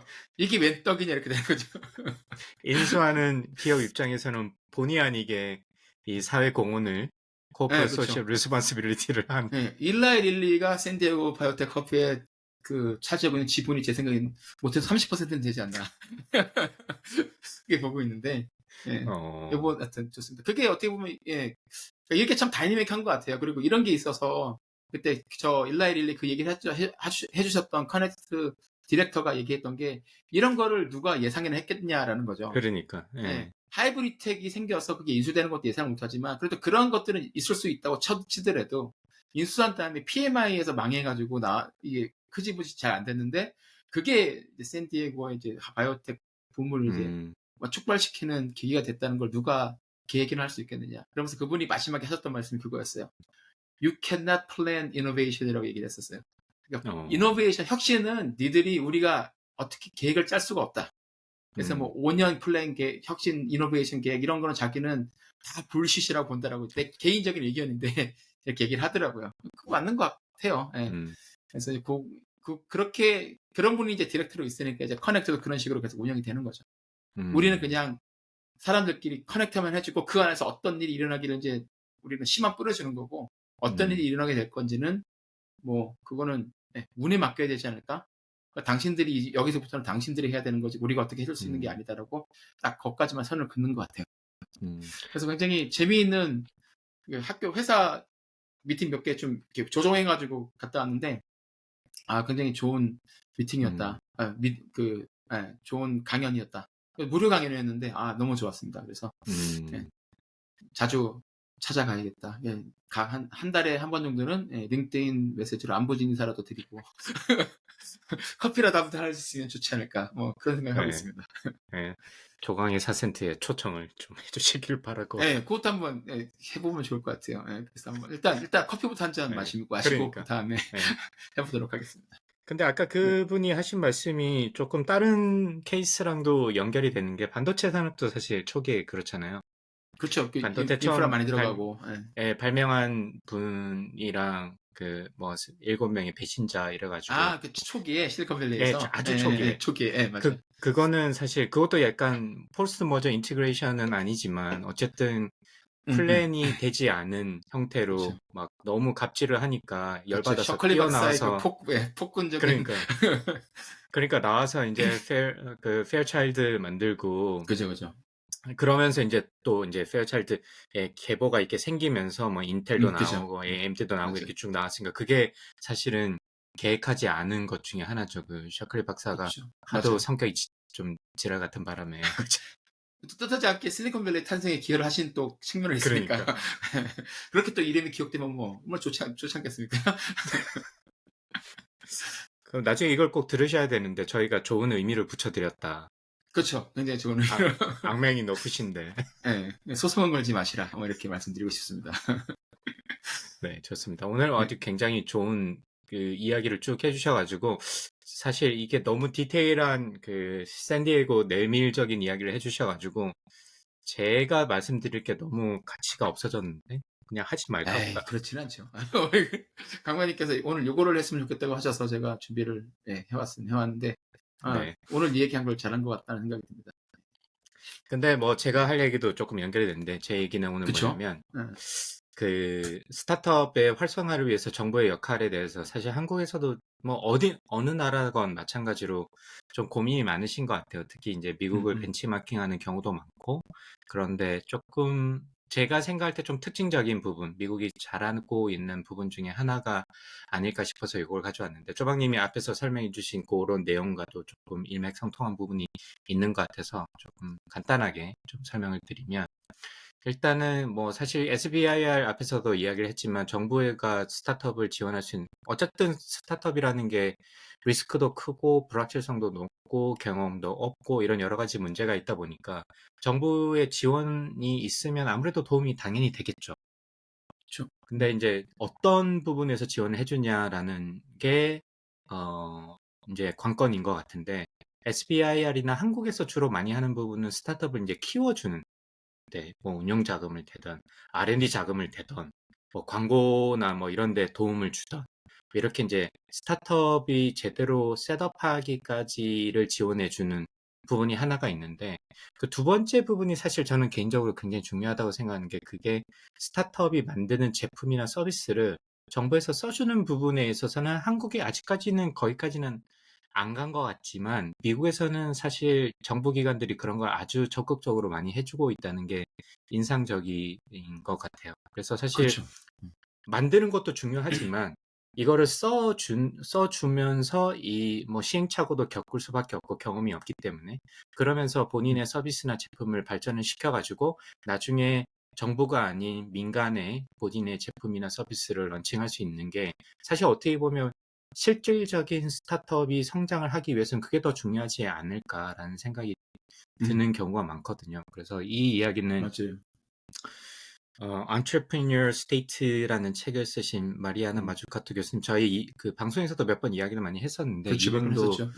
예, 정부의 역할이 물론 그런 스타트업을 만들고 R&D를 지원해 주는 것뿐만이 아니라 시장이 되는 부분을 강조하기도 하거든요. 그래서 제가 맞아요. 생각할 때는 한국에서도 그게 필요한데 그런 부분에 있어서는 조금 좀 부족하지 않냐. 특히 정부의 역할에 있어서. 많이 부족하지 않는 생각이 들어요. 어떻게 보면 중요한 걸 지금 음, 말씀해 주셨는데 미국 같은 경우에는 뭐 SBI, STT도 있고 그거 말고도 정부가 따로 컨트랙을 주는 경우도 되게 많잖아요. 그러니까요. 뒤에 주셨던 네, 나사라든지 네, 나사와 스페이스X의 관계도 그렇고 음, 뭐 되게 많은데 그런 걸 보면 일단 이런 걸 할 때 중요한 거는 정부가 그 뭐 심사를 하는 심판자 역할을 하든지 아니면 음, 돈을 대주는 펀드 이제 매니저로서의 그런 할 뿐이지 자기들이 직접 그 경기장에 뛰어들어서 경쟁을 하지는 않는데 한국 같은 경우는 이제 그 정부 예를 들어서 그 지자체에서도 그 배달 앱 같은 것도 되게 많잖아요.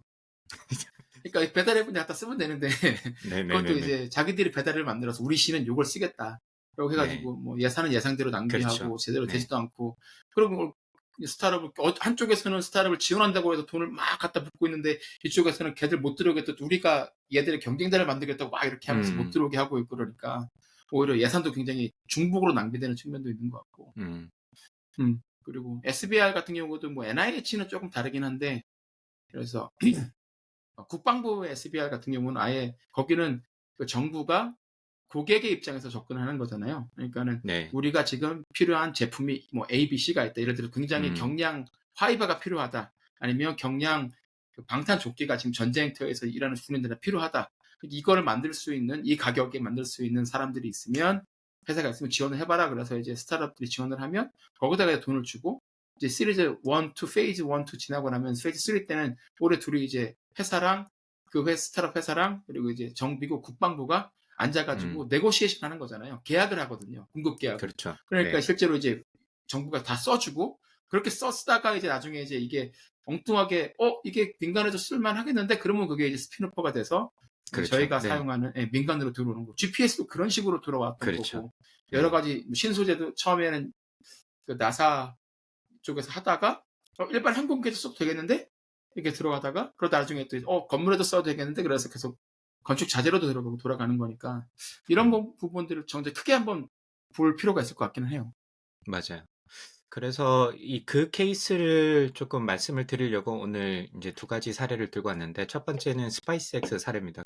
앞서서 저희가 이제 라이트 형제 이야기도 했지만 미국에서 이제 항공 음, 산업이 발전이 되고 이러면서 우주 쪽으로도 발전이 되고 뭐 이런데 요즘 지금은 아마 스페이스X 모르시는 분 없고 지금 뭐 스타쉽이라든지 어마어마한 로켓을 그쵸. 만들어서 지금 화성으로 사람을 보내려고 하기도 하고 그다음에 달에 이제 유인 착륙선 음, 프로젝트도 지금 참여를 하고 있고 뭐 이렇게 해서 스페이스X를 모르는 분이 없는데 사실 스페이스X가 지금 현재 시점에서 봤을 때는 대단하다 뭐 이렇게 얘기를 하지만 사실 이거 나사가 키워준 회사잖아요.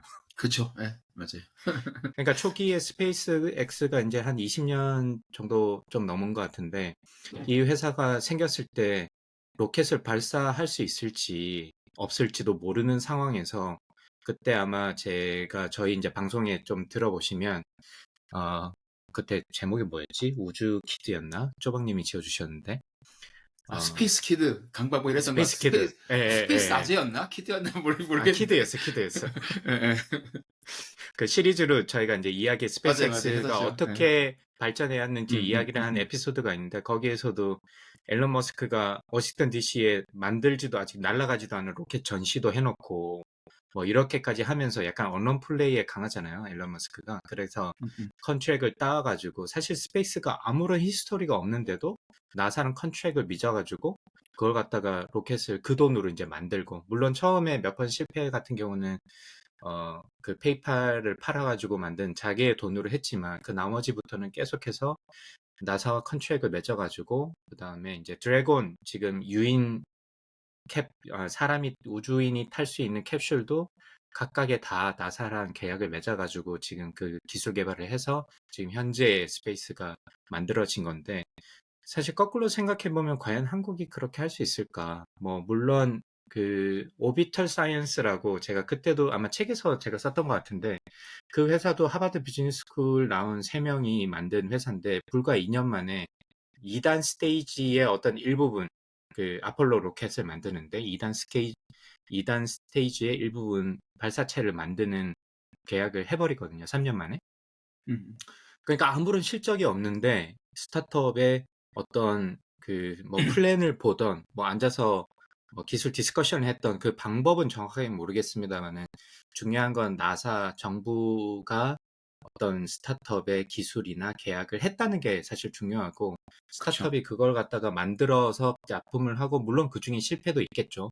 실패도 음. 있겠지만 그걸 갖다가 잘 마무리를 했을 때는 스페이스X처럼 이게 성공적인 케이스도 나오고 오비탈 사이언스도 굉장히 성공적으로 나중에 지금 제가 기억하기로는 노스롭 그룹맨에 아마 팔린 걸로 뭐 그것도 막 빌리언 단위로 팔린 걸로 기억을 하고 있습니다. 그래서 그런 성공 사례가 나오지 않나 싶은 생각이 좀 들어서 이런 부분에 있어서는 조금 배울 필요가 있지 않을까라는 생각이 그쵸. 했었고요.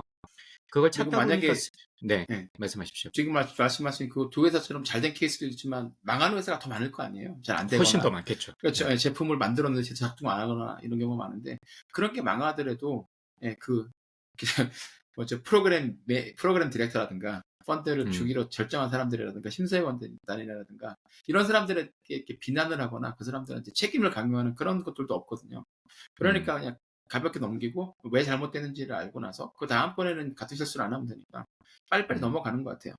그러니까 맞아요. 이것도 어디서 이 실패도 누군가는 이 실패를 딛고서 몇 년, 다음, 이게 5년이 될지 10년이 될지 모르겠지만 누군가는 이 실패의 케이스를 딛고서 다시 이제 추진력을 얻어 나갈 거다라는 거를 이제 믿고서 계속 앞으로 나가는 것 같아요. 계속 골고 음, 잡고서 왜 안 되는지 생각을 해보면 네, 뭐 솔직히 모르잖아요. 잘못되는 데는 이유가 여러 가지가 있으니까. 네, 그거 안다고 해서 뭐 프로덕티브하게 뭐가 이렇게 디스커션이 되는 것도 아니고 그런 네. 부분도 아직 우리가 부족하지 않나 그런 생각을 많이 하고 있어요. 그래서 저희가 작년에 그 카이스트 갔을 때, 저기 한수원이 한국 수력원을 왜 갑자기 그 생각날지 모르겠는데, 기계연구원이었나요? K워터 K워터, 갔을 때, K워터. 그때, 저희가 카이스트의 우주 발사체 개발하는 업체를 방문했었잖아요. 그, 네, 그쵸. 네. 페리지. 갑자기 이름이 생각이 안 나네. 페리지. 페리지, 맞아. 네네. 그때 뭐라고 그러셨냐면, 대표님이, 나사를 보면 엄청나게 실패를 많이 한 히스토리가 다 있대요. 그래서 그쵸. 네. 스페이스X도 나사가 한 여러 가지 삽질들 중에서 자기네들이 사용할 만한 것들을 잘 스터디를 해가지고 만든 게 스페이스X고 스페이스X가 뭔가 새로운 거 만든 건 아니다. 나사가 해놓은 아주 많은 삽질들을 잘 조합을 한 회사다라고 네. 이야기를 해주신 게 전 되게 기억이 남거든요. 그래서 아까 쪼박님께서 말씀해 주셨듯이 이게 성공 사례긴 하지만 굉장히 많은 실패 사례가 있을 거고 그 실패 사례를 다 레코드를 남겨놓은 거죠. 이래서 실패를 했다. 그쵸. 그래서 그러니까 이 사람들한테 뭐 블레임을 할 수가 없는 거죠. 어떻게 보면 그것도 음, 감수를 하고 해주는 거고 정부 입장에서는 그걸 다 레코드 아카이브를 해놨다가 이제 스타트업이나 어떤 기술이 필요한 사람들한테 오픈을 해서 야 이거 봐라 우리가 이미 이만큼 삽질을 해놨어 여기서 니네가 필요한 정보를 가져가렴 마치 저희가 아카데미에서 논문을 쓰듯이 이게 대부분 음, 논문은 사실 어떻게 보면 성공적인 부분만 쓰긴 하는데 어쨌든 실패한 것까지 다 레코드 아카이브를 해놓고 레코드를 해놓고 그래서 이제 후세들이 봐서 그 중에서 이제 필요한 부분을 어떻게 하면 이걸 계산할 수 있을지 혹은 어떤 조합을 이걸 갖다 실패를 줄일 수 있을지를 또 연구를 해보고 그러면 이제 스페이스X 같은 기업이 나올 수가 있는 맞아요. 것도 사실 되게 중요한 부분인데 한국은 뭐 일반화하기는 어렵습니다만은 실패보다는 성공 뭐 대부분의 R&D 프로젝트가 100%가 된다고 하니까 성공률이 음, 그거는 사실 어떻게 보면 문제가 있는 거고 그 이유 중에 하나는 사실 기획력이 좀 부족하지 않나 R&D를 집행하는 정부 기관에서 예를 들어서 이제 나사 같은 경우는 정확한 쪼박님이 아까 말씀해 주셨듯이 DoD도 한국도 국방 쪽은 제가 알기로는 국방과학연구원이나 이런 데는 굉장히 디테일한 스펙으로 이걸 통과해야 계약을 하고 뭐 그렇죠. 이런 게 있는 걸로 알고 있는데 다른 일반 R&D 같은 경우는 그렇지 못한 경우가 좀 많은 것 같아요. 근데 나사 같은 경우는 굉장히 디테일한 스펙을 기획력을 가지고 자기의 어떤 그 디렉션에 이런 게 있기 때문에 사실은 이런 공고를 낼 수가 있는 거고 그런 공고에서 실패를 하든 성공을 하든 그런 거를 레코드로 남겨줄 수 있는 반면에 한국은 그런 부분에 있어서 조금 그러니까 자금을 집행하는 기관 측면에서 좀 부족하지 않나라는 생각이 좀 드는 게 좀 사실인 것 같고요. 그래서 좀 자료를 찾다 보니까 스페이스X가 이번 첫 번째 쿼터에 2년 만에 프로핏을 냈다고 하더라고요. 그래서 55 밀리언의 프로핏을 냈다고 합니다. 첫 번째 쿼터에. 그리고 레비뉴는 1.5 빌리언이라고 하고요. 그래서 지금까지 토탈 봤을 때 2022년 말에 559 밀리언 로스가 있다고 합니다. 그래도 아직까지 많아. 그렇게 성공을 했는데도 아직까지는 그렇게 로스가 많은 것 같고 그만큼 이제 어떻게 보면 우주 개발 사업이 힘든 거일 수도 있고 그렇죠. 거꾸로 얘기하면 앨런 머스크가 너무 이제 꿈이 커서 R&D에 엄청난 비용을 투자를 하고 있는 거죠. 사실 돈 안 되는 것에. 근데 또 우리가 볼 때는 그렇긴 하지만 또 이게 나사에 들었던 돈과 나사에서 나오는 아웃풋 아유, 생각해보면 굉장히 빠르고 이렇게 정말 효과가 적은 좋은 돈으로 거죠. 성과가 엄청 많이 나오는 그렇죠. 거잖아요. 그러니까 상대적으로 그렇죠. 보게 되면 이거 음, 굉장히 잘하고 있는 거라고 볼 수 있죠. 그럼요. 예. 그래서 지금 현재 가치는 한 150 빌리언 정도 된다고 합니다. 한 음, 200조? 200조. 벌써 거기까지 네. 올라갔군요. 네. 근데 아직 이제 퍼블릭한 기업은 아니기 때문에 앞으로 그 얘기도 저희가 좀 했습니다만은 아마도 앞으로도 그럴 계획은 별로 없지 않을까 싶긴 한데 잘 그렇죠. 뭐 모르겠습니다. 굳이 네. 갈 이유가 없지 않을까요? 지금도 뭐 잘 하고 있고 뭐 음. 열심히 하고 있고 이제 스타링크도 서비스가 제법 많이 되는 것 같고 이런 거 보니까 스타링크는 진짜 많이 쓰더라고요. 요즘에 유튜브에서 그러니까요. 제가 이렇게 밴, 음, 그, 음, 밴이잖아요. 밴 타고서 이렇게 집 없이 밴 타고 막 미국이랑 멕시코를 막 돌아다니면서 이렇게 일하고 뭐 유튜버나 뭐 틱톡 이런 데서 올리면서 이제 그런 걸로 이제 뭐 구독자 모아가지고 하시는 분들이 많이 있는데 그 몇 분이 있는데 이분들이 보면 오지 같은 데 가면 인터넷을 써야 되잖아요. 자기들이 일을 해야 되니까 그렇죠. 영상도 올리고 네네네. 네. 항상 그 스타링크를 쓰더라고요. 그래서 이게 벌써 이제 저런 분들한테는 얼리 어댑터긴 하지만 이제 사용처가 이제 생기고 있구나 그런 생각이 네. 들더라고요. 야 여기까지 내다봤나 굉장히 이런 생각 들고. 속도도 굉장히 많이 빨라졌다고 들었고요. 저도 그래서 꽤 네. 쓸만하다고 이야기 들었습니다. 그분들도 만족하더라고요. 그리고 그분들이 음, 만족한다는 건 괜찮은 게 영상을 많이 올리는 거니까 거기서 그렇죠. 크게 네. 자기들이 그 불편함이 없다는 얘기를 하는 걸 네. 들어보니까 야, 참 그거 하나가 많은 분들을 바꿨구나라는 생각도 들고 네, 그러니까. 신기했습니다. 네. 뭐 천문학자들만 싫어하겠지. 그죠? 네. 자꾸 시야를 가려가지고 너무 많은 그죠? 쓰레기들이 많이 인공위성이 떨어다니니까. 예. 올라가 있고 그중에 많이 떨어지고 제가 얼마 전에 저기 바닷가에서 빛이 없는 상황에서 이제 하늘을 볼 일이 있었는데 실제로 그 새틀라이트가 움직이는 게 보이더라고요. 뭔지는 어, 모르겠지만. 그러니까 그 별처럼 빛나는데 이게 움직이는 게 보이더라고 가만히 있으니까. 네, 그래서 그것도 좀 신기한 경험 중에 하나였어요. 뭐 어떤 새틀라이트인지는 모르겠지만 어쨌든 그랬고 사실 오늘 이 이야기를 가져오려고 했던 계기가 됐던 사례가 젯지로라는 회사가 있습니다. 제트 제로. 아마 이게 너무 직관적으로 쓴 것 같은데 이게 항공기의 어떤 카본 에미션을 지로로 만들겠다. 뭐 이런 미션을 가진 그대로 반영한 회사인 것 같고요.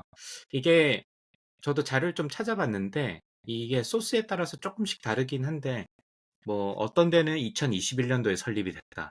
크런치베이스는 2020년, 피치북은 2018년 설립됐다. 다 다르더라고요. 그래서 뭐가 맞는지 저도 잘 모르겠어요. 어쨌든 그렇게 오래된 회사는 아닌 것 같고요. 이 회사가 무슨 회사냐면 지금까지 항공기가 사실 이산화탄소 배출량이 엄청나잖아요.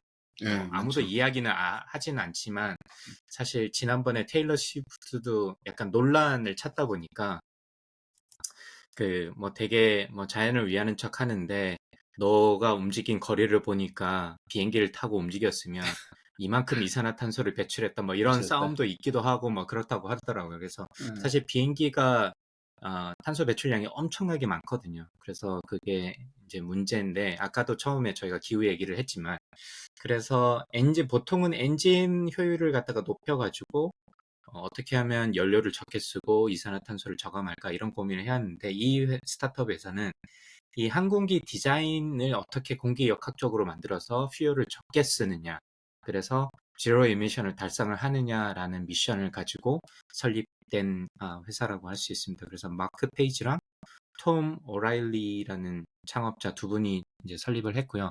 아마 이분들은 항공기를 구조적으로 디자인하는 쪽이었던 것 같아요. 그래서 다 이제 자료를 찾다 보니까 예전부터 모하비 사막 같은 데서 이제 아마추어로 비행기를 만들어서 날리는 것도 그런 거부터 시작해서 사실 이게 뭐 대략 20년, 21년 정도에 설립이 된 회사지만 히스토리는 훨씬 더 오래 92년부터 그런 쪽에 관심을 가지고 이게 두 분이서 아마 이게 연구를 해오셨던 것 같아요. 아마추어 수준에서.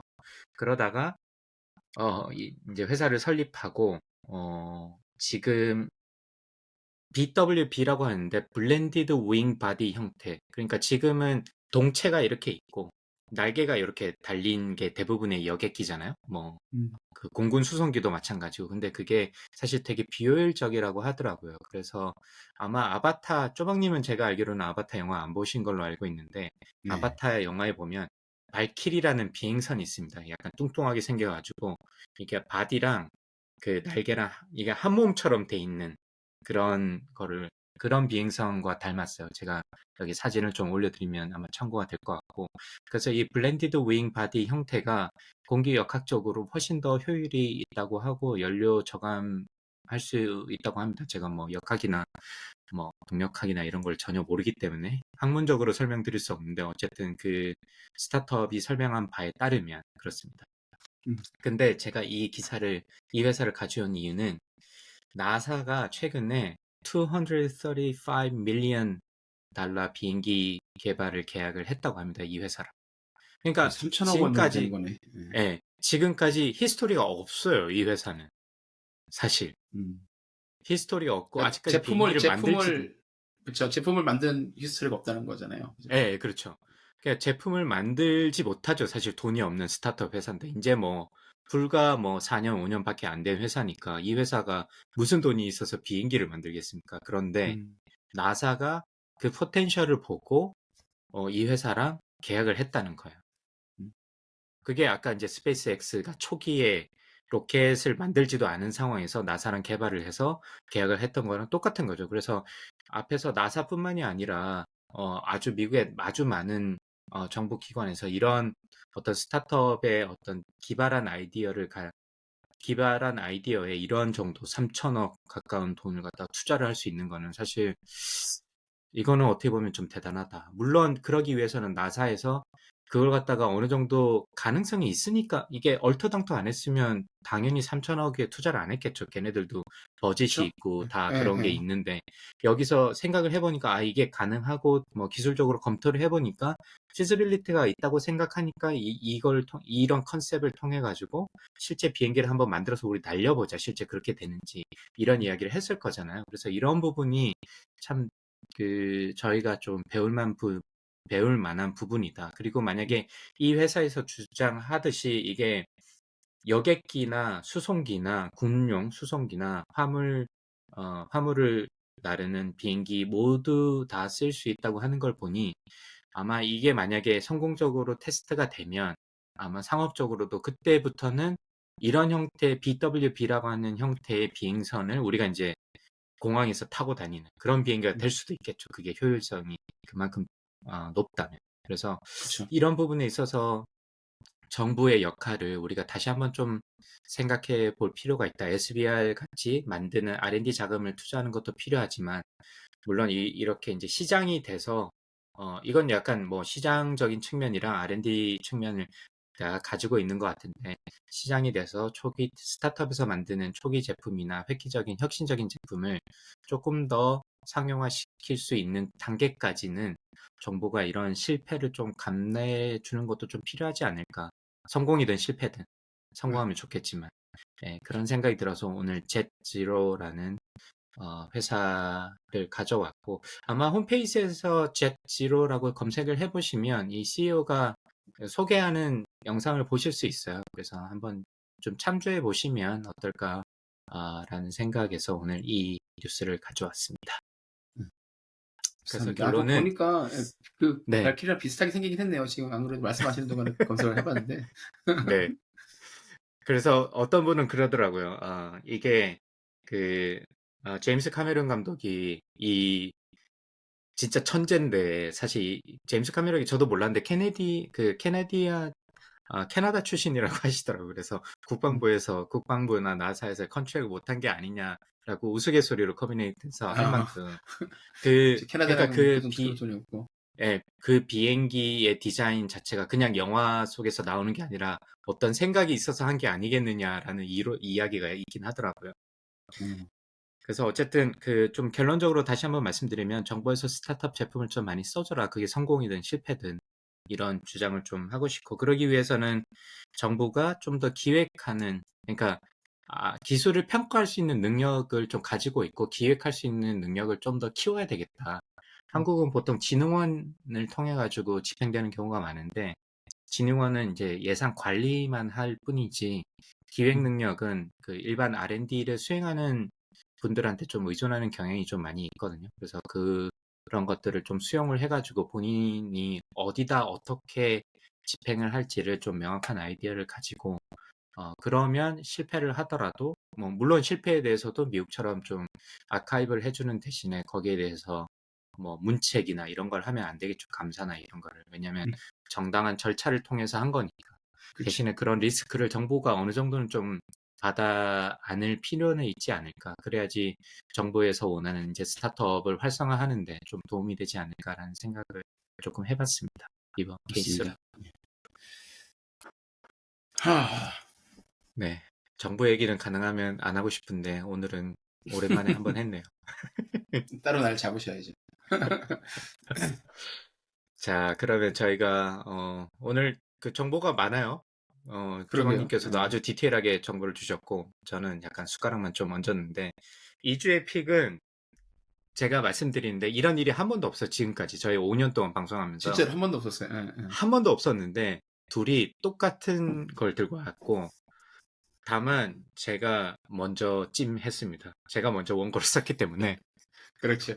맞습니다. 근데 조방님께서 앞에서 워낙 이야기를 많이 해주셨기 때문에 제가 요거 타이틀을 가져왔어야 될 2주의 픽은 내 거야 라고 네. 네. 찜 형님 의지의 픽 해야 말씀해 되는데 주시죠. 네. 네, 저는 넷플릭스의 페인킬러 가져왔습니다. 이게 얼마 안 된 것 같더라고요. 그죠? 새로 본 것 같아요, 저도. 새로 나온 것 같아요. 저도 그냥 우연히 그 넷플릭스 자전거 타면서 넷플릭스 뭐 볼까 하다 보니까 페인킬러가 떠 있길래 예, 그래서 세클러 이름이 보이길래 이거 그거 아닌가? 오피엄 중독 그 얘기 아닌가 싶어갖고 봤는데 네. 쫙 빠져들어서 계속 봤습니다. 너무 잘 만든 것 같아요. 그러니까 그쵸? 약간 드라마타이즈된 이제 다큐멘터리 형태잖아요. 그래서 그쵸. 네, 너무 잘 만들었고 거기서 나오는 6화까지인가 시리즈가 이제 아주 길진 않은데 여러분들께서 한번 보셨으면 좋겠고 미국에서도 지금도 오피오이드 중독 문제가 되게 심각하고 뭐 길거리에 어디 가다 보면 하이웨이 같은데 뭐 거기 중독의 사망자 수 이런 걸 좀 공개를 하기도 하더라고요. 근데 저는 잘 몰랐어요, 사실은. 그런 마약성 진통제나 진통제에 대해서. 저는 저희 제가 아버지 알고 있었던 분이 친동생분이 오피움 이거 때문에 중독으로 돌아가셨거든요. 그러니까 되게 젊으신 분이었어요. 그분이 한 50세 중반이었고 동생이 더 어렸는데 자기보다 훨씬 어린 동생이었는데 처음에 그래서 저도 아무것도 모르고 오피움 그러니까 아편이잖아요. 오피움이 아편성 약물 중독으로 돌아갔었다고 그래서 저는 사실 그냥 미국에서 흔히 볼 수 있는 그냥 이렇게 마약 같은 걸 하다가 돌아가신 줄 알았는데 그게 아니라 그냥 병원에서 처방한 약을 이제 사용을 했다가 거기에 중독이 돼가지고 못 태어나고서 그렇게 돌아가신 거예요. 그러니까. 그때 그분하고 얘기를 하면서 봤더니 그게 이제 지금 이제 그 미국의 1차 오피움 그 약물 마약 파동이고 2차가 있었고 지금은 이제 요즘에 막 펜타닐 얘기 많이 나오잖아요. 네네. 펜타닐이 지금 이제 3차라고 그러더라고요. 그러니까 여기 페인킬러에 나오는 그 옥시코돈이라는 그 약물의 이제 얘기가 나오는데 그게 이제 미국의 이제 1차 오피움 파동 그 시기였는데 그때부터 이제 사망자들이 되게 많이 나왔고 그분의 동생분도 그때 이제 그 시기에 피해자였다라고 얘기를 하시더라고요. 그러면서 그때 막 얘기하시면서 엄청나게 막 화내시고 욕하시고 막 그런 제약회사들도 그렇고 이런 제약회사들의 이제 그 영화에도 나오잖아요. 여기서도 보면 페인킬러에도 보면 FDA 담당했던 사람이 결국에는 네. 나중에 그만두고 이 회사로 옮기잖아요. 네네네. 그런 사람들은 진짜 걔들은 다 진짜 지옥 가야 된다고 막 얘기하시면서 막 그때 말씀하셨었는데 그때 기억도 나고 그렇더라고요. 이거 보다 보니까. 저도 이제 아편, 그러니까 마약성 진통제는 뭐 저희 사실 개인적인 얘기입니다. 아버님이 암에 걸리셔가지고 작년에 이제 돌아가셨는데 마지막에 이제 통증이 굉장히 심했어가지고 그걸 뭐 붙이기도 하고 드시기도 하고 점점 도수를 늘려가는 뭐 그래서 아마 효과는 있는 모양이더라고요. 통증이 뭐 당연히 그쵸. 그러겠죠. 효과는 네. 좋죠. 그러니까 이제 쓰는 거니까. 네. 네, 그런 생각도 많이 나기도 했고, 어쨌든 잘 몰랐어요. 뭐, 옥시코돈이라고 이제 한국말로 뉴스에서 이게 보긴 했었는데, 옥시컨틴이라고 이제 제품명이 있는데, 그거를, 사실 퍼듀 파마에서 만든지도 몰랐고, 사실은. 아무것도 몰랐어요, 저는. 그래서 이걸 보면서, 라는 생각도 들면서, 그리고 뭐 넷플릭스에 여러 가지 이제 회사 관련된 다큐멘터리가 많은데 거기서 나왔던 어떤 공통적인 주제, 이 그러니까 돈 때문에 약간 에티컬한 부분을 좀 홀대하는. 근데 그럴 수밖에 없겠죠. 사실 기업 입장이나 그런 그쵸. 모티베이션이 너무 큰 거지. 예, 요것만 조금 줄이면 돈을 엄청나게 벌 수 있으니 뭐 주주에 대해서 고민도 할 것이고 본인의 뭐 어떤 기업의 레퓨테이션 여기에서는 약간 패밀리 우리 가문을 지켜야 된다 뭐 이런 얘기 주제도 조금 나오는데 어떤 그런 모티베이션이 이런 큰 일반인들한테 뭐 저희 보잉 사례도 마찬가지고 저희가 저도 한번 추천을 드렸습니다만은 그래서 일반인들한테 엄청난 피해를 줘서 여러 가지 생각을 좀 하게 만들고 비즈니스랑 무엇인가라는 것도 조금 고민을 하게 만드는 그런 다큐멘터리였던 것 같아서 오늘 꼭 소개시켜 드려야 되겠다라고 했는데 조방님도 같이 네. 오셔가지고 뭐 여기 또 그래서 네. 최신 소식도 조금 적어주셨네요. 네, 이게 회사가 2019년, 20년 그때 이제 결국 파산을 하잖아요. 파산을 했는데 이제 소송을 엄청나게 많이 걸었죠. 형사 소송도 그렇고 그리고 이제 그리고 피해자 가족들이 이제 징벌적 손해배상을 낸 거죠. 사실 미국에서 징벌적 손해배상이면 천문학적으로 빅스가 올라가긴 하는데 이제 올해예요. 올해 5월에 미국 연방 이제 항소법원에서 요 이제 피해자들이 낸 징벌적 손해배상 민사 소송에서 이제 세클러 가문, 요 퍼듀 파마스리컬을 만든 세클러 가문에 대해서 하나로 8조 원 정도, 60억 달러의 이제 중독 치료 프로그램 기금을 내는 조건을 이제 내걸고 그렇게 하면 이걸 너희들이 받아들이면 이제 현재 진행 중인 민사소송이나 혹은 이제 향후에 제기될 만한 그런 민사소송에서 너희들 세클러 가문의 책임을 면해주겠다, 면죄부를 주겠다라고 판결을 했어요. 그래서 세클러 가문은 만세를 불렀겠죠. 벌어들인 돈은 저거의 몇 배는 될 텐데. 그렇죠. 근데 이제 많은 사람들이 돈만 있으면 진짜 다 되는구나. 받은 돈을 다 뱉어낸 것도 아니고 자기들이 번 돈을 몇 배를 사람이 그렇게 많이 죽고 지금도 고통받는 사람들이 이렇게 많은데 그거 돈 60억 달러 낸다고 그래서 책임을 면할 수 있게 면죄부를 주는구나 이렇게 비판하는 사람들 되게 많고요. 그리고 어쨌든 이 판결로 인해서 이제 세클러 가문은 민사 책임에서는 이제 완전히 벗어나게 됐고요. 그래서 아직 형사적인 책임은 남아있다고 그래요. 그래서 형사 고발된 사건들은 경찰에 계속 수사를 한다고 그러는데 뭐 얼마나 진정성 있게 할지는 잘 모르겠습니다. 근데 이게 딴 얘기인데 그 페인킬러에서 보면 이 세클러 가문에서 이제 요 큰아버지가 이제 이걸 시작을 했다가 요거를 이제 이 퍼듀 파마를 굉장히 키운 사람이 이제 조카 리처드 세클러잖아요. 네, 맞아요. 거기 배우가 진짜 약간 사이코패스처럼 생기지 않았어요. 눈빛이나 표정이나 말하는 게, 가까이 네. 있으면 약간 소름 돋겠다 그런 느낌이 들긴 하더라고요. 뭐 그렇게 네, 봐서 네. 그런지 모르겠는데. 맞아요. 그리고 이제 보다 보면은 이제 이거는 사실을 바탕으로 이제 극화된 내용입니다라고 이제 매 회마다 나오는데 이제 희생자 가족이 나오잖아요. 네, 그렇지만 처음에. 우리 네. 우리 아들의 죽음은 뭐 드라마가 아니라 실제 일어난 일이다. 너무 음, 보고 싶다. 뭐 20몇 살에 음, 죽었다. 30몇 살에 죽었다. 정말 아이가 이렇게 병원에서 준 약 먹고 있다가 어디 가서 비참하게 죽었다 이런 얘기하면서 우는 거 보니까 굉장히 가슴도 아프고 그런 걸 보고서 이 뉴스를 보니까 정말 좀 기가 막히더라고요. 아, 이렇게 네. 돈이면 다 되는구나 그런 생각도 들고. 음. 뭐, 이번뿐만이 아니라서 사실은 뭐, 여러 가지로 좀 착잡한 부분이 있습니다. 근데 그렇죠. 뭐 생각할 게 좀 많았던 것 같아요. 그리고 참 한편으로는 몰라 제가 아직 그까지 돈이 있어 보지 않아가지고 그 정도까지 생각을 못 했는데 거기에 이제 노벨상 만든 이야기가 나오잖아요. 그래가지고 저는 그 에피소드를 전혀 몰랐는데 거기서 이야기가 나오는 게 되게 인상적이었던 게 사실 이 세클러 가문도 뭐 미술관도 많이 도네이션도 많이 하고 뭐 맞아요, 이런 맞아요. 게 왜 그러냐라는 게 그 노벨이 이제 한번 잘못 알려져가지고 자기가 죽은 걸로 그렇게 하다 보니까 신문에 자기가 죽었을 때 오비추어리가 어떻게 부고가 어떻게 쓰이는지를 보고 충격을 먹은 다음에 노벨상을 만들어서 지금은 아무도 사람을 죽인 다이아몬드를 만든 사람이라고 기억하지 않는다. 그래서 그것 때문에 우리도 뭐 아트에도 투자를 하고 뭐 투자하고. 도네이션도 많이 하고 그런다라는 부분에서 저는 그게 되게 어떻게 보면 뭐 그럴 수도 있겠지만 되게 섬찟하게 느껴지더라고요. 아, 저렇게까지 생각을 하는구나. 네. 근데 생각해보면 10년, 20년 뭐 지나고 나면 결국 많은 사람들은 퍼듀나 이런 옥시코돈에 대한 이야기는 잊고 세클러 가문이 가지고 있는 그런 뭐 예술 작품이나 네, 뮤지엄이나 헤리티지에 이런 쪽으로 대해서. 네, 그런 것에 네, 대해서 더 기억을 하지 않을까 그런 생각이 들긴 그렇죠. 하더라고요. 그 네, 내용을 보면서. 야, 이거 진짜 틀린 말은 아닌 것 같다라는 생각이 들긴 하고 그러니까 더 네. 착잡하고 무섭기도 하고 야, 그러니까 사고 저는 방식이 약간 저렇게 돼야 되는구나 싶기도 하고. 소름이 끼쳤어. 그래서 맞아요, 맞아요. 네, 맞습니다. 어쨌든 뭐 그 정도까지는 아니었지만 그래서 이제 와이프가 그림 그리는데 좀 더 도움을 줘야 되나? 아트에 조금 어, 독토 갱의 이제 헤리티지를 만들어야 되나 생각도 잠깐 우스갯소리를 해봤습니다.